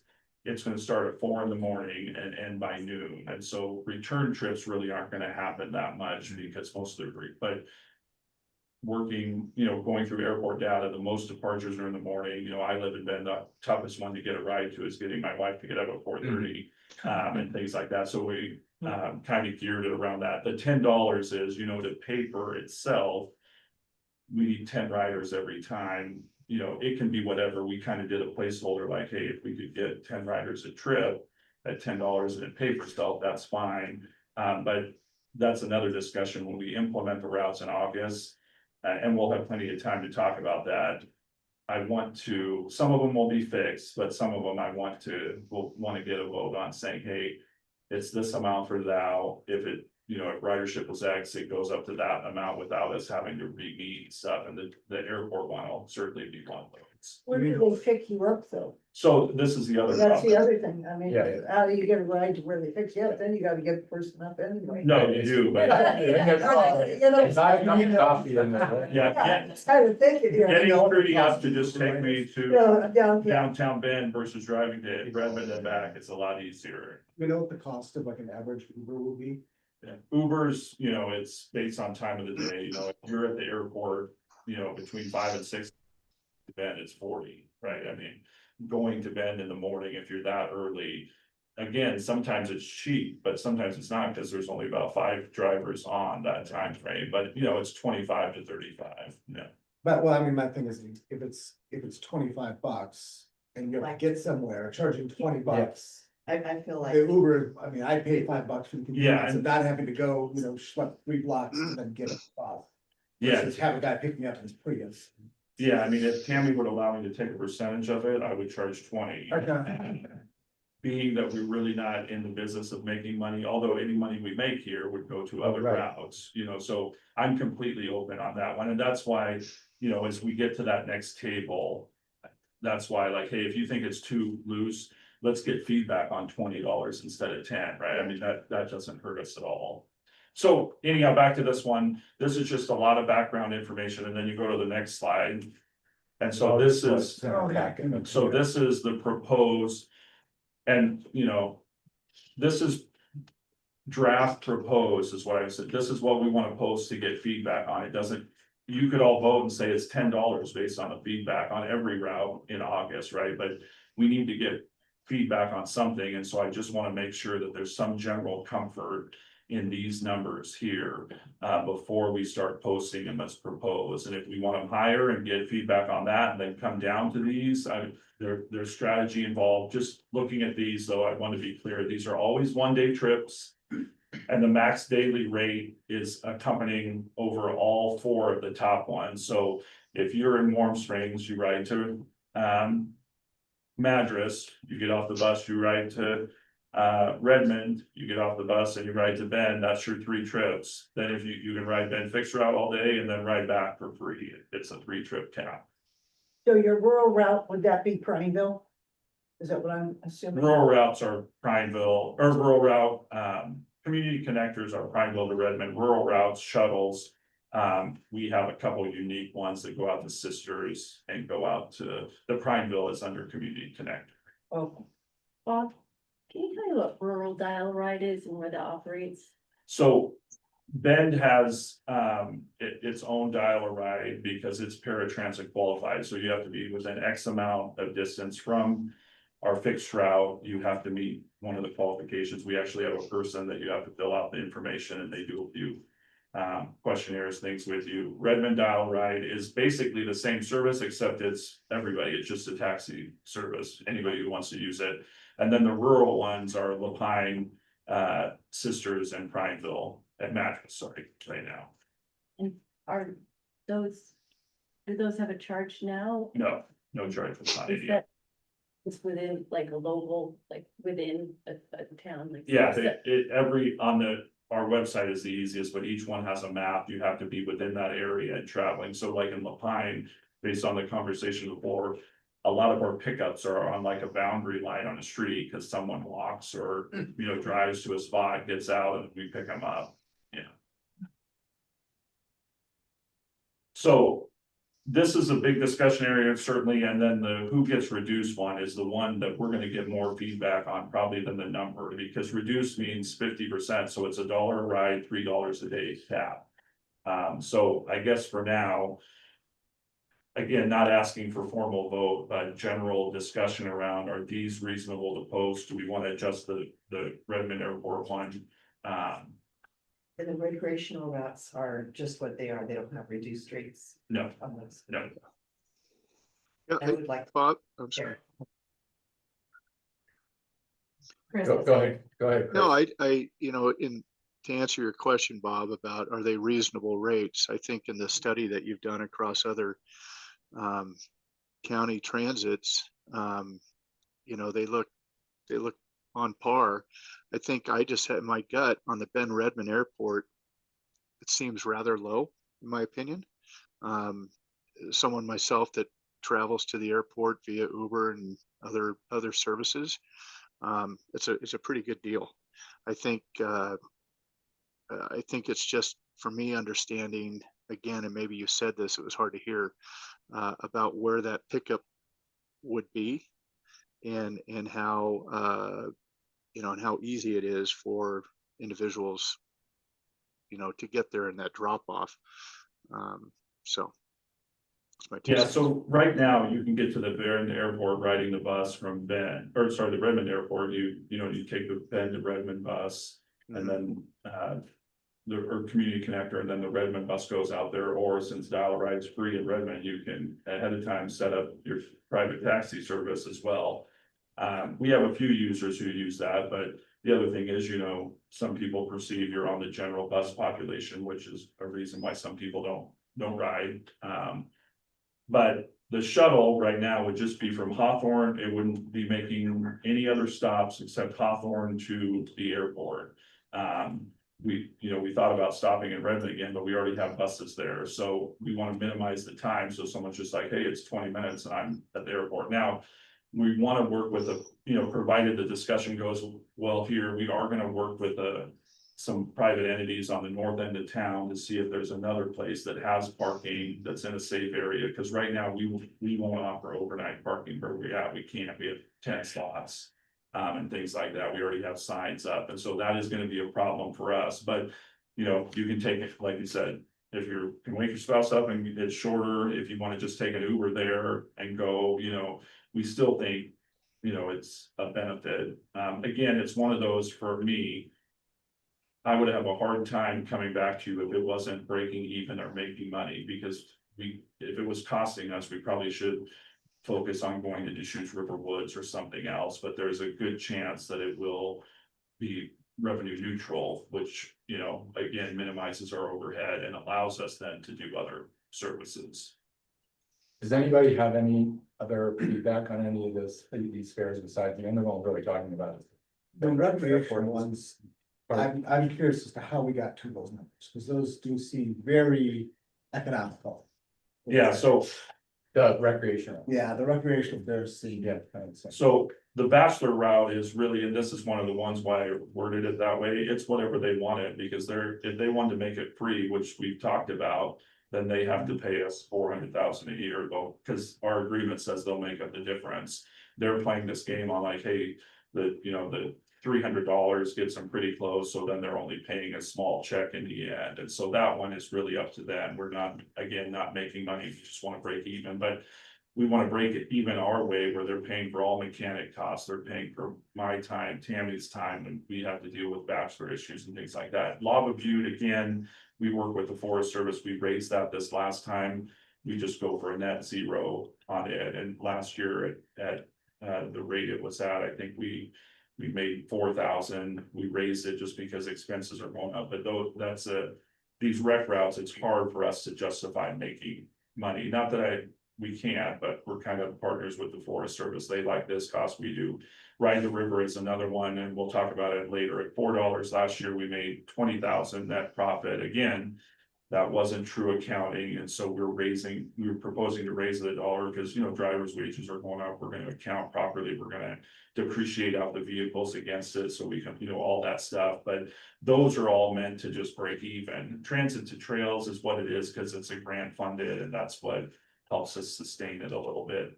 These are hard, you know, this is kind of a mission discussion for the board. Like, we certainly can do more rec routes, but it's that balance of.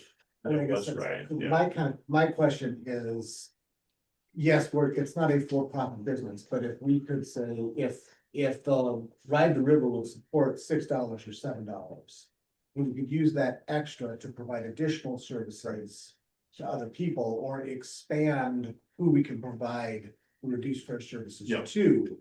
That seems like a very reasonable ask in that situation. For I some think of there's- this board, we did have some members also of the private sector come to you and say, this is too low, you are undercutting us. We have a model where we actually take people to the trailheads.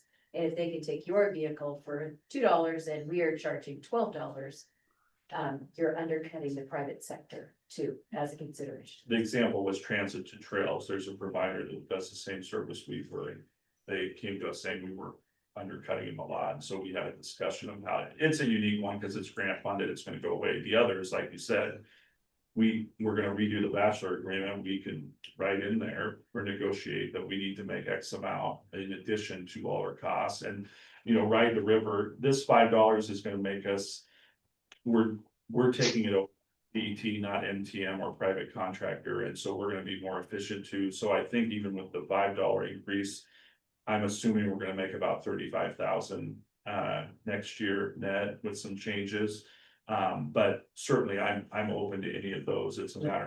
I don't want Yeah. to see people priced out of being able to do it because Yeah. they cannot afford it. But I would rather see us do $7 and give away free passes. You know, for kids or things Yeah. like that. So that we can make it free for the people who need it, but the people who can do it, and then take that money and put that into I guess, increased services elsewhere. Yeah.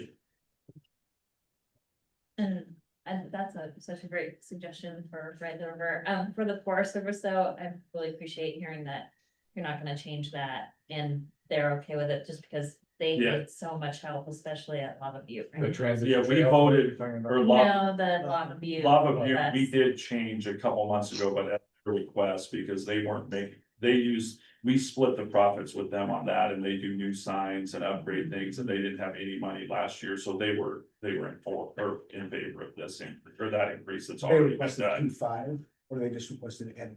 We talked through what would make sense. We did some accounting and we changed who gets free. There was some differentiation. They were 200 for kids and we're just like, well, 5 and under. I mean, we're not charging if you have 4 kids under 5. They've had to do some cuts because they're not gonna be able to rehire their seasonal staff, so there's a lot, I mean, even before. Knowing about some of the new administration, and everything and some uncertainty of funding, they already knew that they were not gonna be able to rehire some of their staff, so any support that. They can get is dire. So you're not proposing that fare gets changed though? No, I'm just saying, I Yeah. appreciate hearing that. It was collaborative with them too. Yeah. Yeah, all these on the, like, we met with the Ride the River and Parks and Rec, and we go through the number, you know, that we sell tickets, we take cash on that one. This year will be the last time we take cash. We have our UMO app for that one, but most of the users are through a couple of the vendors down there, and, you know, and they charge $2 more than our ticket and collect $2 for handling, you know, but that's not us, then. I have one more question about sorry, did I cut someone off? Go ahead. Sorry, real quick, about the Transit to Trails, you had said that it's a grant fund that will go away, what longer will that? We think we can make it through this, and that's the other thing with $10 instead of $5, we think, you know, maybe we can make it last a little longer.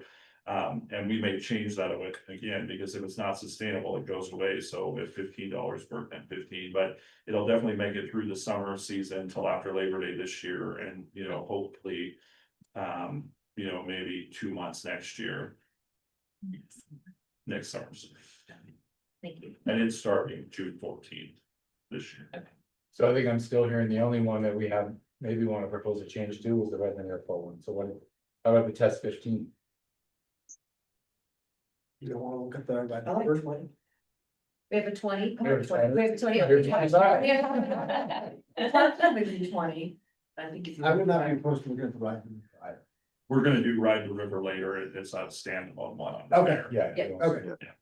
Yeah, the only point I brought up on that Ben Redmond, on the $10, I'm just curious about the modeling and how we came to a $10 rate. And I don't mean to Yeah, exhaust we- this and Yeah. belabor it, but it's just interesting to me, how we just kind of picked $10. Yeah, I mean, we did some, just assuming we could have 10 riders at a time at 4:30, at 5:30, when it makes the loop. The problem is this parking area, and so Yeah, it's gonna start as a free service. And then come September, whatever date we agree, then it'll be charged an amount. So we're hoping we can build some ridership, but it does have some holdbacks until we can find a park. There's no parking rides, That's the biggest Yeah. problem. Yeah. I mean, and but maybe was we it, can- was it, I guess my question is, was the $10 just kind of a random number that was like, let's start with this? Or was there some modeling put into this? Was there some other Yeah, I mean, we transits that were- you looked at? Or? No, we were just assuming 25% ridership is all on it based on that hours and being new, and then that kind of related back to a break even point. Covering the cost of that particular out and back, Correct. right? 10 riders. Okay. Well, how about let's try 15. That's 15, see then. It won't affect me, Yeah, because it's not in Prineville, so. Well, and I think again, this is the perfect example. We get it close, we get all the feedback. Hey, it doesn't seem cheap enough. How does it work? By that time, let's say we work with Bachelor and during the summer months, we can use their park and ride facility, right? And maybe we can change the, then we're like, okay, let's make it 25. It's really just getting the public comment. So I'll put 15 on the sheet. Okay. All right, does that sound good to everybody? Do you need a motion though to change I think that? that just meant to be guidance. Just Not a guys on motion. oh, yeah. Sorry. You said 3 runs a day? No, it's gonna be between 4, right now, our proposal, and we're still working through the union, this is the first, 4 AM shift we have. But 4 to 12:30, that's when the majority of the flights leave. Yeah, and then, if it goes well and we wanna add an afternoon of 4 to midnight, and we Season. have bus drivers. That's definitely the next part of it. When is that starting again? We think June 21st, but again, this one's our last one on potential expansions, because if we have a problem, with losing a couple bus drivers or something happens, then this is the first to go. So you're thinking a turnaround every hour? Yeah.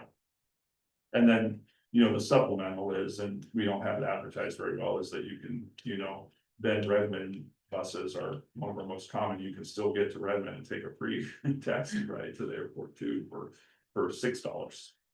So while we're on fares, do you want to jump right to the Ride the River fair? Sure. Or actually, let's wait on that one, because I have a bunch of slides that we Okay. don't get All right. completely lost on it. Okay. So the next slide, Now we can look at become marketing experts. Yeah. Yes. so Multifaceted. generally the biggest discussion point around these, especially with, elected officials and boards, is who gets the reduced one. And again, I am open to anything as long as we can manage the information. And so these are just the bullets of the individual fare reductions. In your pamphlet, you'll see what information is required for us to certify that. And the information required matches, I used, 4 or 5 examples, but the major 2 are City of Bend has, reduced utilities. They have a website on how you get to them, what you qualify for, what you have to submit. TriMet has the same type of card. If you want it reduced, it's W2, it's all that stuff. A couple other transit agencies, all of them are pretty similar. So that's where I got that. But this list, this is individuals, and then we'll talk about groups. These are pretty standard items. And then in your pamphlet, there's a supplemental A underneath each one of them that says what documents they have to verify that. So when you look at low income, where do they go to get the documentation? How do you know that they're that? So that's what in the pamphlet, so under low income, if They they're. bring you one of these things? Yeah, or and it to the used to be, bus driver? no, it used to be that way. Now with the transit pass. When we go out and sign people up, they can provide, like, I'll have a laptop where I can take their information, Derek, Right. others will, or if they come to Hawthorne, or we'll have a place in Redmond, they just have to provide, and so like. That low income is, if you're on the free and reduced lunch program and you have your, Card? or yeah, then something. your, Okay. Oregon Health Plan card, all those, Okay. there's a big list, but certainly we'll have a verification. Requirement, Bob, I think there's one area when I was looking at I think it was section D in the packet, I believe. I looked at students and then I was cross-referencing that with how students were defined with the other uh, models you displayed there in the few slides back. So in the packet that we have, students just says student ID card. So I'm wondering, just for clarification, is that students from, high school to college? Because when I looked at the models you had, they showed 10 to 17 years old. So I was just wondering if we need to put some clarification on that. Yeah, other in that one color or the colored spreadsheet, that's what other people have. We end up serving a lot of schools, and it may be a area for growth with some of the schools having trouble with routes, and we have more intercity routes, and so basically. The 10-year-old doesn't matter to me. I mean, not that we want 7 and 8, but it's really a student ID card, which mostly is middle school and high school eligible. What about Oregon State, Cascades, and COCC? Are they all? That's what I'm trying to get to. Is trying just to define that and bring clarity, or do you think, and does the board think, if what's noted in the packet, student ID card, is that sufficient? That's my question. Yeah, and that's a good question. Let me answer it a little better. So most, I'm 15 and I want to, or let's say I'm 19 and I go to COC and I want to reduce thing. You're not going to come to us. We're going to have an agreement with COCC. They're going to pay the difference. You'll probably be free. And so most of these entities will, they'll go through them because like RPA will be free because RPA will pay us the total amount ahead of time and they have it. This is for those outliers like, hey, my school didn't do it, but I can still come to Hawthorne or whatever. You can upload it on the internet, my student ID card, but that's going to be pretty minimal because most every school entity that has any ridership is going to have an agreement with us and it may be free, not just the reduced. And when I say we're not reducing it to free, like COCC will say, we'll give you $1 break, and then they'll pay the last dollar for their students. How does homeschool work? How does that work? I've never been in school. How does that work? Always gotta find a loophole.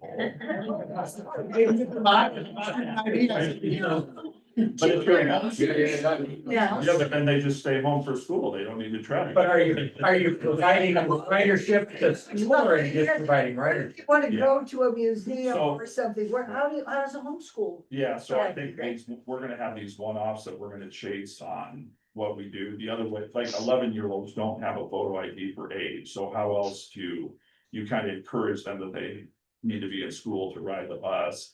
It's hard to just say everybody 17 and under is free because then we have to at some point get in that ID type, on age where we don't want to be in. We want them to have their card signed up. So certainly I can investigate the homeschool. I know, I'm thinking of my nieces that are homeschooled, they have certificates from state of Oregon testing still. I mean, there's probably something I can get You to. have to, because I don't know how homeschool Yeah, works. no, that's- There are groups that do like prom for homeschool. Yeah, and stuff, yeah. so they do provide Some similar, sort of some type of thing, verification. not necessarily IDs, but documentation, things like that.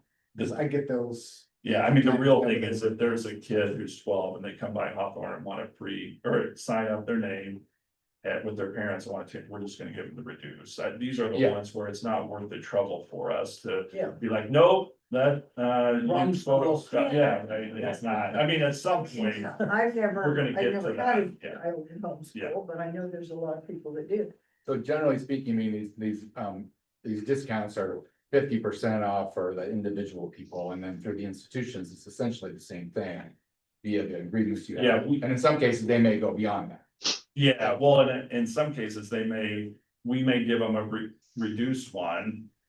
COCC may make up the difference and then charge something. Yeah. That makes sense, yeah. And generally, students are middle, high school, and college. Yeah. That's what we're talking. Yeah. I think generally people are good with that. I like your answer, they have to stay home. Yeah. Well, that's very nice. It's not really, I say that in jest, but these are the examples, like, yeah, this is a. Wasn't that me said I don't care for 10-year-olds. Tammy said it. That was my fault. I just want to keep us moving here, because I want to make sure everybody's paying attention, the clock says 7:15. Okay. We still got a We few more won't things. talk, we to get won't have a laugh anymore. done. Keep moving. So I'll adjust that one. Again, this is moving language, like it's whatever we want to put out for public. So then the last one is more important topic for us, you know, the individuals, most everybody has the same definition. These are group fare reductions. Of course, CTWS is a member, they're contributing, you know, that's an easy one for us to do, but we're gonna be in partnership on getting people signed up. Private nonprofit, and I have 5013C written wrong there, I can see, but, you know, and I mean, I know there's some other verifications, we'll do it, but what we want to get to is we want signed agreements with everybody, because these are gonna be the areas where, and there's a couple. In particular, where the ID system is, if you want a reduced rate, you are gonna have to show ID, right? There's no other way to verify age, no other way to verify disability. Some people in this climate do not want to verify or provide information, which is fine, and they still want to ride the bus. And so they can do that by just a name and a phone number or a phone or whatever, or another sign up where we don't have any additional information for them, but then they can't get the reduced rate. But if they work through a private nonprofit, or another community, you know, the Latin Community Association is one that we're meeting with next week about, you know, how do we get this going? We just want to have an agreement with you, because we still want some control over this safety aspect of, hey, you guys, or your members have red passes, that's not how it's gonna be, we'll be tracking codes, all the passes will be the same color, but someone was violent on the bus and they can't ride it, and you help give that pass out, you're accountable to, and that's really one of the big things, and so we'll work through that, but these are ones. Hey, if there's an entity that has 10 or more people and they want it, they'll just be one-page agreements, I'll sign them with them, or Tammy will sign them with them. And it's about getting riders, right? It's not getting money necessarily. Something I would like to see on that though, is if we've got an organization that's handing out passes that are going to be single use, or they're gonna be temporary use or things like that, and we've had issues with people on the bus, and so, oh, Bob was bad this day, so he goes. And now he goes to a different organization that gives him a pass, and he's been blacklisted. It's gonna be difficult for you guys to enforce that, and so what Yeah. I would like to see is some kind of language in there where we say. We know the serial numbers of the passes that LCA got. Yeah. Right, so that if they give a pass to somebody who's been no trespass on the bus. That they are now then accountable for that, and if that pass is given. To a person who's not allowed to have them because of their behavior, that pass is then removed. From that group's inventory, to basically put the responsibility on them to make sure that they're. Not giving them to bad actors, Yeah, and so, rather than your bus drivers having to go through a list of the top 10 most annoying. no, we're definitely away from the list. The one loophole will be, you know, right now, it's the list of 500. And like we had one this week that got banned again for the 9th time, right? And is on a lifetime ban, but you know, it's hard with new bus drivers and things, but. To your point, everything that we do under the pass system will be 100 times better than it is now, but there's gonna be a few loopholes, and so that's why in the contract language, it's gonna have some of those. And each one will be unique, because some players will take, you know, Bethlehem Inn can take names down, right? There's not a general concern for them, other groups do, and so. You know, if someone buzzes their card, it'll show up the time, our bus driver will know 10:24, right? And then we'll take that card and we'll shut it off. We'll be able to contact whoever we gave it to and just say, hey, this is your 8th time having a person that didn't meet the criteria, you no longer. So you do have a way to hold those organizations. Yeah, I mean, accountable. it's still gonna be challenged, to your point, they can go from one organization to the next, but if they're a repeat offender organization, then we're gonna have. You know, that's why we wanna sign the agreement with them, that's why we're happy to give them the free or reduced if we sign an agreement so that they're helping us. Yeah. So does that generally, that's the last on the fair guidelines stuff. And so with, the next part of that is, and just with Tammy is, you know, we want to increase go to fairs in October, right? If everything meets with when we get the passes and things done. Under that scenario, we want to come to the August meeting, so I'd like to post as we post it, just saying this will be decided on in, you know, August, right? I don't have the date in front of me, but is that reasonable too? Okay, and likewise, since we're not, let's just take the 45 days notice, right, is gonna be, you know, June 19th or something. If we wanna change what we post and get comments on something, that's certainly gonna be, let's say we're getting a lot of comments on, oh, we should have added another briefing. Up until that June date, we can put that up on the website and collect comments on that, so, or if you guys have other thoughts, please. Share them. Okay, I'll move faster over the next ones here. So CET logo update. I'm way too involved on logos for an engineer who likes to be with black and white and straight lines, right? I'm not saying I love the Bend logo, but it's really grown on me after having all these conversations. Just mention it. So I just want to go, you know, we've gotten tons of feedback around, it's not fancy enough, it's not. And I just want to go over the difference between the logo, right, which we, you know, these are general things from a logo from a marketing firm we had, just give me some extras so I could talk about it a little bit more. It's just, it's supposed to be simple, it's supposed to be functional, so it can expand at all scales, and then we don't have to redraw it at all. So, you know, certainly it's supposed to be unique and things like that.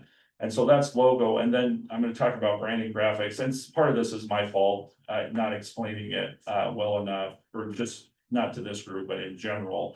And certainly, Derek may be on, and he's been doing a lot of the heavy lifting, or all the heavy lifting, because I'll sit with the artist for about half an hour, and I'm done talking about shades and things like that. But we're gonna have branding that's different from the logo, like the bus graphics are gonna be, we can have a different graphic on every bus as long as the logo's the same. So next slide. So I don't mean to pick on any ones here, but these are the top are Central Oregon City logos, right? We can debate, I was gonna have you vote on which one was your favorite. But Tammy said I couldn't. Yeah. So those, you know, those are generally pretty, you know, Redmond always has to be unique with a bunch of different colors, but those are, you know, simplistic logos, like even the mattress one looks more complicated, 2 colors in embroidery. Look at our CT one over in the bottom right, it's actually 12 colors just because of the shades to get it embroidered. And so the bottom line is every major transit provider in Oregon, TriMet is in the red, Lane Transit is the one with the arrow, Chariots is the gray one. So and I mean, that's not our final. That's not one of our, that's not the final on the left, but you can see like, hey, ours is a little more artistic than just a symbol. And so I think we can, and not to pick on Sisters, because theirs was the most recent. One of the things I struggled with most at ODOT, partly because I'm an engineer, but it's the ARC process for roundabouts that we had. There was no process after doing 20 of them where more than 60% of the people were happy, except maybe the first Sisters one, but even then it got a ton of complaints. And so if we're at 52%, I gotta tell you, I feel pretty good about it. Because it's just tough, right? 0.01. Yeah, the more people you have look at it. And so for me, I don't want to rush this. But at the same time, we are doing so many changes. We have a bunch of the new gray buses that we're not painting on anything. I don't want it to wait 6 or 8 months. It's more important to take advantage of us expanding service and things like that. So next slide. So, you know, we've had staff feedback, we've had RPTAC, we've had different stiff meetings. I mean, everyone here, we've just been going crazy on getting feedback, and we generally think this is, you know, the compromise. Now, what color obviously is the difference, and then what other little nuances, right? It's certainly dressed up more from the last one. It's still maximum 4 colors for embroidery. It still shows a road, it shows the Cascades, and like people say, well, everything shows the Cascades. And I do understand that, but we're the one entity with our name of Cascades, so we've been on that one from the front. And then these don't exist. But this is the type of system, and I mean, these are not very good drawings, we just use computer generation, but our approach would be like, we could have, we have 80 different buses. I don't want to have 80 different ones, but with computer generated graphics, if we want the Warm Springs bus to have more, desert like, photos on it, then that's what we would do. It doesn't matter what the small logo in the back window is for this. The logo is all our letterhead, this stuff, our vests, It's like our the hats, with the wrap, our yes. things. Yeah, Otherwise, you couldn't, it's not that exciting just to have the logo. no, it's not. It's a lot better than the gray bus, so, but. And Yeah. these are a new bus, these are smaller though, they're not the big ones, some of the buses only have like a 5 by 6 spot to put anything on because of all the, we have so much stuff hanging on them and advertising, but. This is the difference between, we're gonna keep working on graphics forever, we may change every year, I mean, we're certainly not gonna read, but as buses come in, I think we have 20 new buses coming in over the next 18 months. They can all have different wraps and it's just the logo, and so what I'd like to today is just. Get some general feedback, or you can email it to Tammy or I too, about. How close is the top one to that 55% test in your mind that, hey, it's better than what we have, this is terrible, because I never would allow my employees to just be like, oh, it's just a little better than what we have, but. It's really about, hey, can we get to next month of somewhat finality on the logo so that we can put something on the gray buses, we can rebrand everything at the same time with the expansions. So the fanciness will be the wrap. The logo is sort of just the simple. Yeah. Well, I really like the one on the left, the different colors and the orange around it. I don't know if that's orange or gold. I think that's very pretty. Yeah, part of the orange is trying to give some. Kind of highlights it, it kind of sticks. Yeah, and I mean, we're trying to, this one's mostly orange, not that it matters to stay with the atom type of thing, but it's. This other guy looks kind of long and drawn out, and the white does nothing for the logo at all. Yeah. But the logo itself, though, if we're taking color out of it, are we close? Yeah, Oh, yes. I think so. How many people are thumbs up on this one? Generally speaking, as the direction with, maybe some. The interior of it, yeah. Can I see him again here? I think we're. We're really looking at More than those. 50%. So we got, we're I close. think the green grass is a little misleading, but.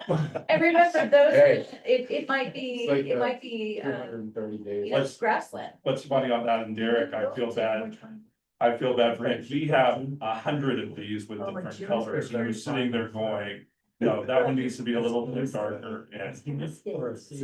Desert. We can get a sage grouse on the side of a bus, but. No, like, we do not need- Yeah, I might have people start. Tammy. So I don't know, so I know we're out of time, but the county back in 2011 created a mobile education lab. And we painted it orange and black. Seth wanted it green and yellow. Cause he's a duck. And so we created what we called the duck splat, which was a seal for the front window that had the duck sort of.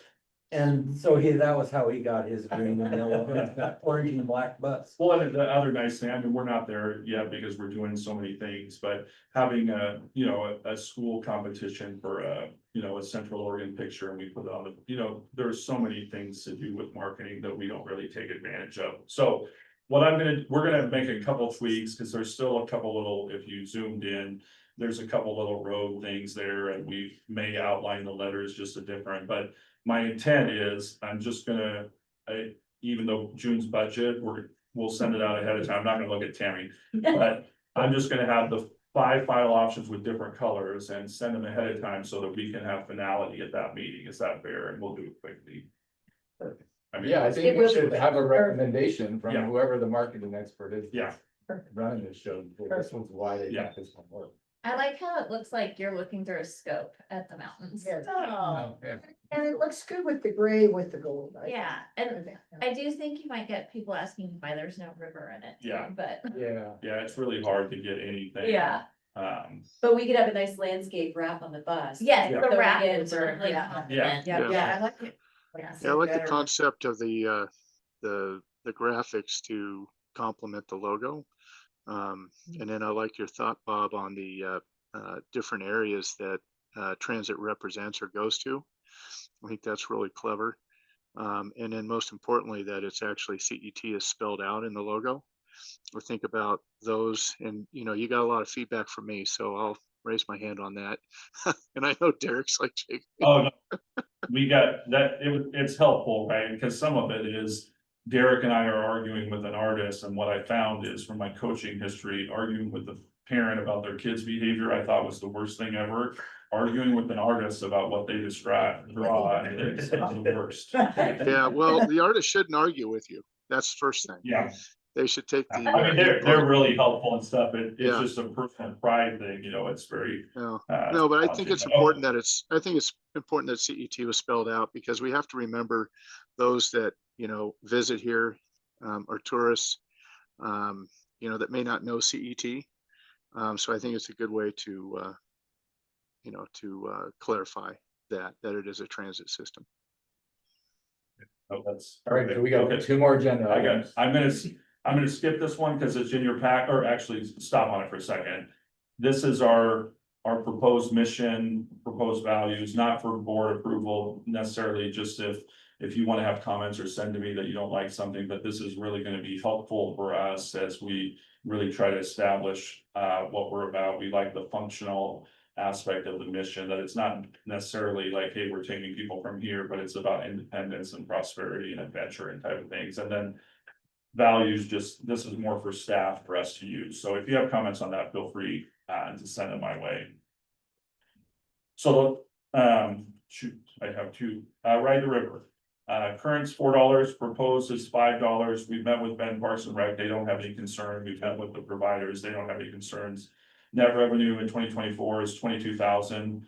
Why we need to go up from just a static cost point is our operating costs are going up with, hopefully, we tentatively settled on the union contract, they're voting next week, but those new costs are all change ours, and then we want to do some other marketing things. Everybody uses it from 1 to 6 in the evening, and then we have to stop selling tickets because it's so packed, so we may go free from 11:30 to 12:30 and then cost, so that we differentiate that and in effect maybe make more money. But so that's why we're proposing 5, and just to your comment, this is to ensure we're breaking even. It's not any discussion about money for other things. The reason we took Yeah. the parking airport fee to $20 was to reduce the amount of parking in the airport to extend the life. So I think saying we're gonna go free before because we're selling out during the peak time is maybe the wrong way to go on that, and just from my own personal perspective. I mean, if we're gonna say it's so busy that we're gonna go free beforehand, I would still rather see us look at the fee and see if we can't use that way to offset expenses someone else for increased services. I could be wrong, but Yeah, I mean, Yeah. That's why you're the board. judged by Yeah. the stunned silence, I move You forward. did say, or is this the last year you're taking cash?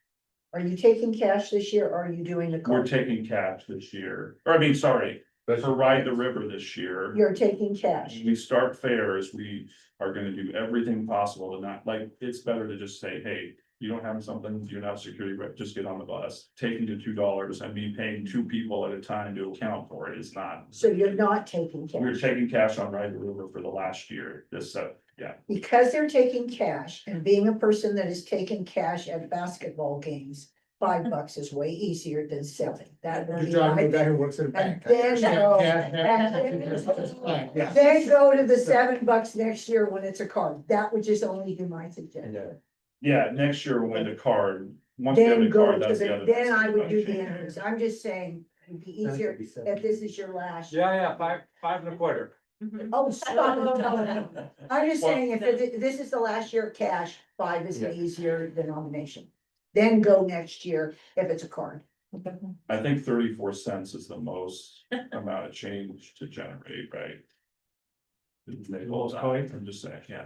Tony, $5 is easier than 7, because look at all the ones you're gonna have to have. I do 10 think is though, way that easier this, than 5. Well, Plus then we'll just have the two. So do we have a $50 motion stand up. to approve this fare increase for Ride the River from $4 to $5? I will move to approve the fare increase for Ride the River from $4 to $5. and I will second that motion, and next year we're going for more. That's all right. Assuming there's still water. Oh, yeah. So we have one more agenda yeah, item. and I'll be quick on that one. Well, we got both though. Oh, yeah, oh, no, thank you very much. Aye. So, any further discussion? Okay, all those in favor? Yeah. Aye. Sure. Opposed, abstained? So you like. Great. Just to add on to the point here that we've been talking about in this loop, Oh, I've got. this mindset Okay. around what our purpose is. I do think once we've generating fares and we have revenues, it is gonna be important for this group to weigh in on. Are the red routes about breaking even, making X amount of money, extending that is a purposeful conversation to have. Okay, so I'm handing around a draft letter that already had a couple mistakes on it, but next slide. Kimberly, thank you. So I just want to give the black and white is officially in ORS 184.752. This is defining a qualified entity. This relates to the statewide transportation improvement fund that's or STIF. And the qualified entities are who get the money from STIF. So right now you can read through the black and white definitions. We get our money for, community connectors, all that through whatever county it exists, through Warm Springs, through Deschutes, Jefferson, Crook. Then they give it to us with an agreement. Then we, spend it all on what we want. Then we do our own federal reports and auditing, and then the county has to do it again. And then when there's a question on it, the county gets a question, and then they have to send it to us, and it's just a lot of burden. And so in a perfect world, they would have added E to the bottom of this about county and or federally recognized Indian tribes can designate. It doesn't mean they have to. In the case of Wilsonville and some of those areas, they do not like their public transportation service provider and want more control. So this language doesn't hurt them. It's just their county's never going to give it. But in our counties where we have support from the 3 counties to do this language would have been helpful. It's not there. We've been talking about how do we get it there? Next slide. So just to get rid of some of the administrative stuff, and we can't do it all, but ODOT STIF Rules Advisory Committee works on implementation of the legislation. And so we're hoping that they'll just minimize some audit requirements and some other pass-through things and help us. It won't help with everything, but certainly it could minimize admin time. And we think, we're losing 10% on this money with administrative costs just because of the double review. And so we're working that front hard. We thought House Bill 2795 had some proposed changes to the STIP program. The language didn't fit our need, but it was a real easy one to adjust. And so we reached out to the counties to get letters of support. Well, we got a couple letters, and then we realized in talking to everyone, House Bill 2795 is not moving and it's not going to meet the timeframes. Is it next week? Right? Yeah. And so that one's kind of died. And so the next thing with our lobbyist is, well, let's just generate a generic letter from us to all our elected officials that represent the Tri-County area saying, hey, attach it to the transportation bill, which may or may not go anywhere either, or than any other bill. And the nice thing about this sentence as you review it, you don't want to do this if there's anybody opposed to it, and usually they don't happen unless they're buying a vote.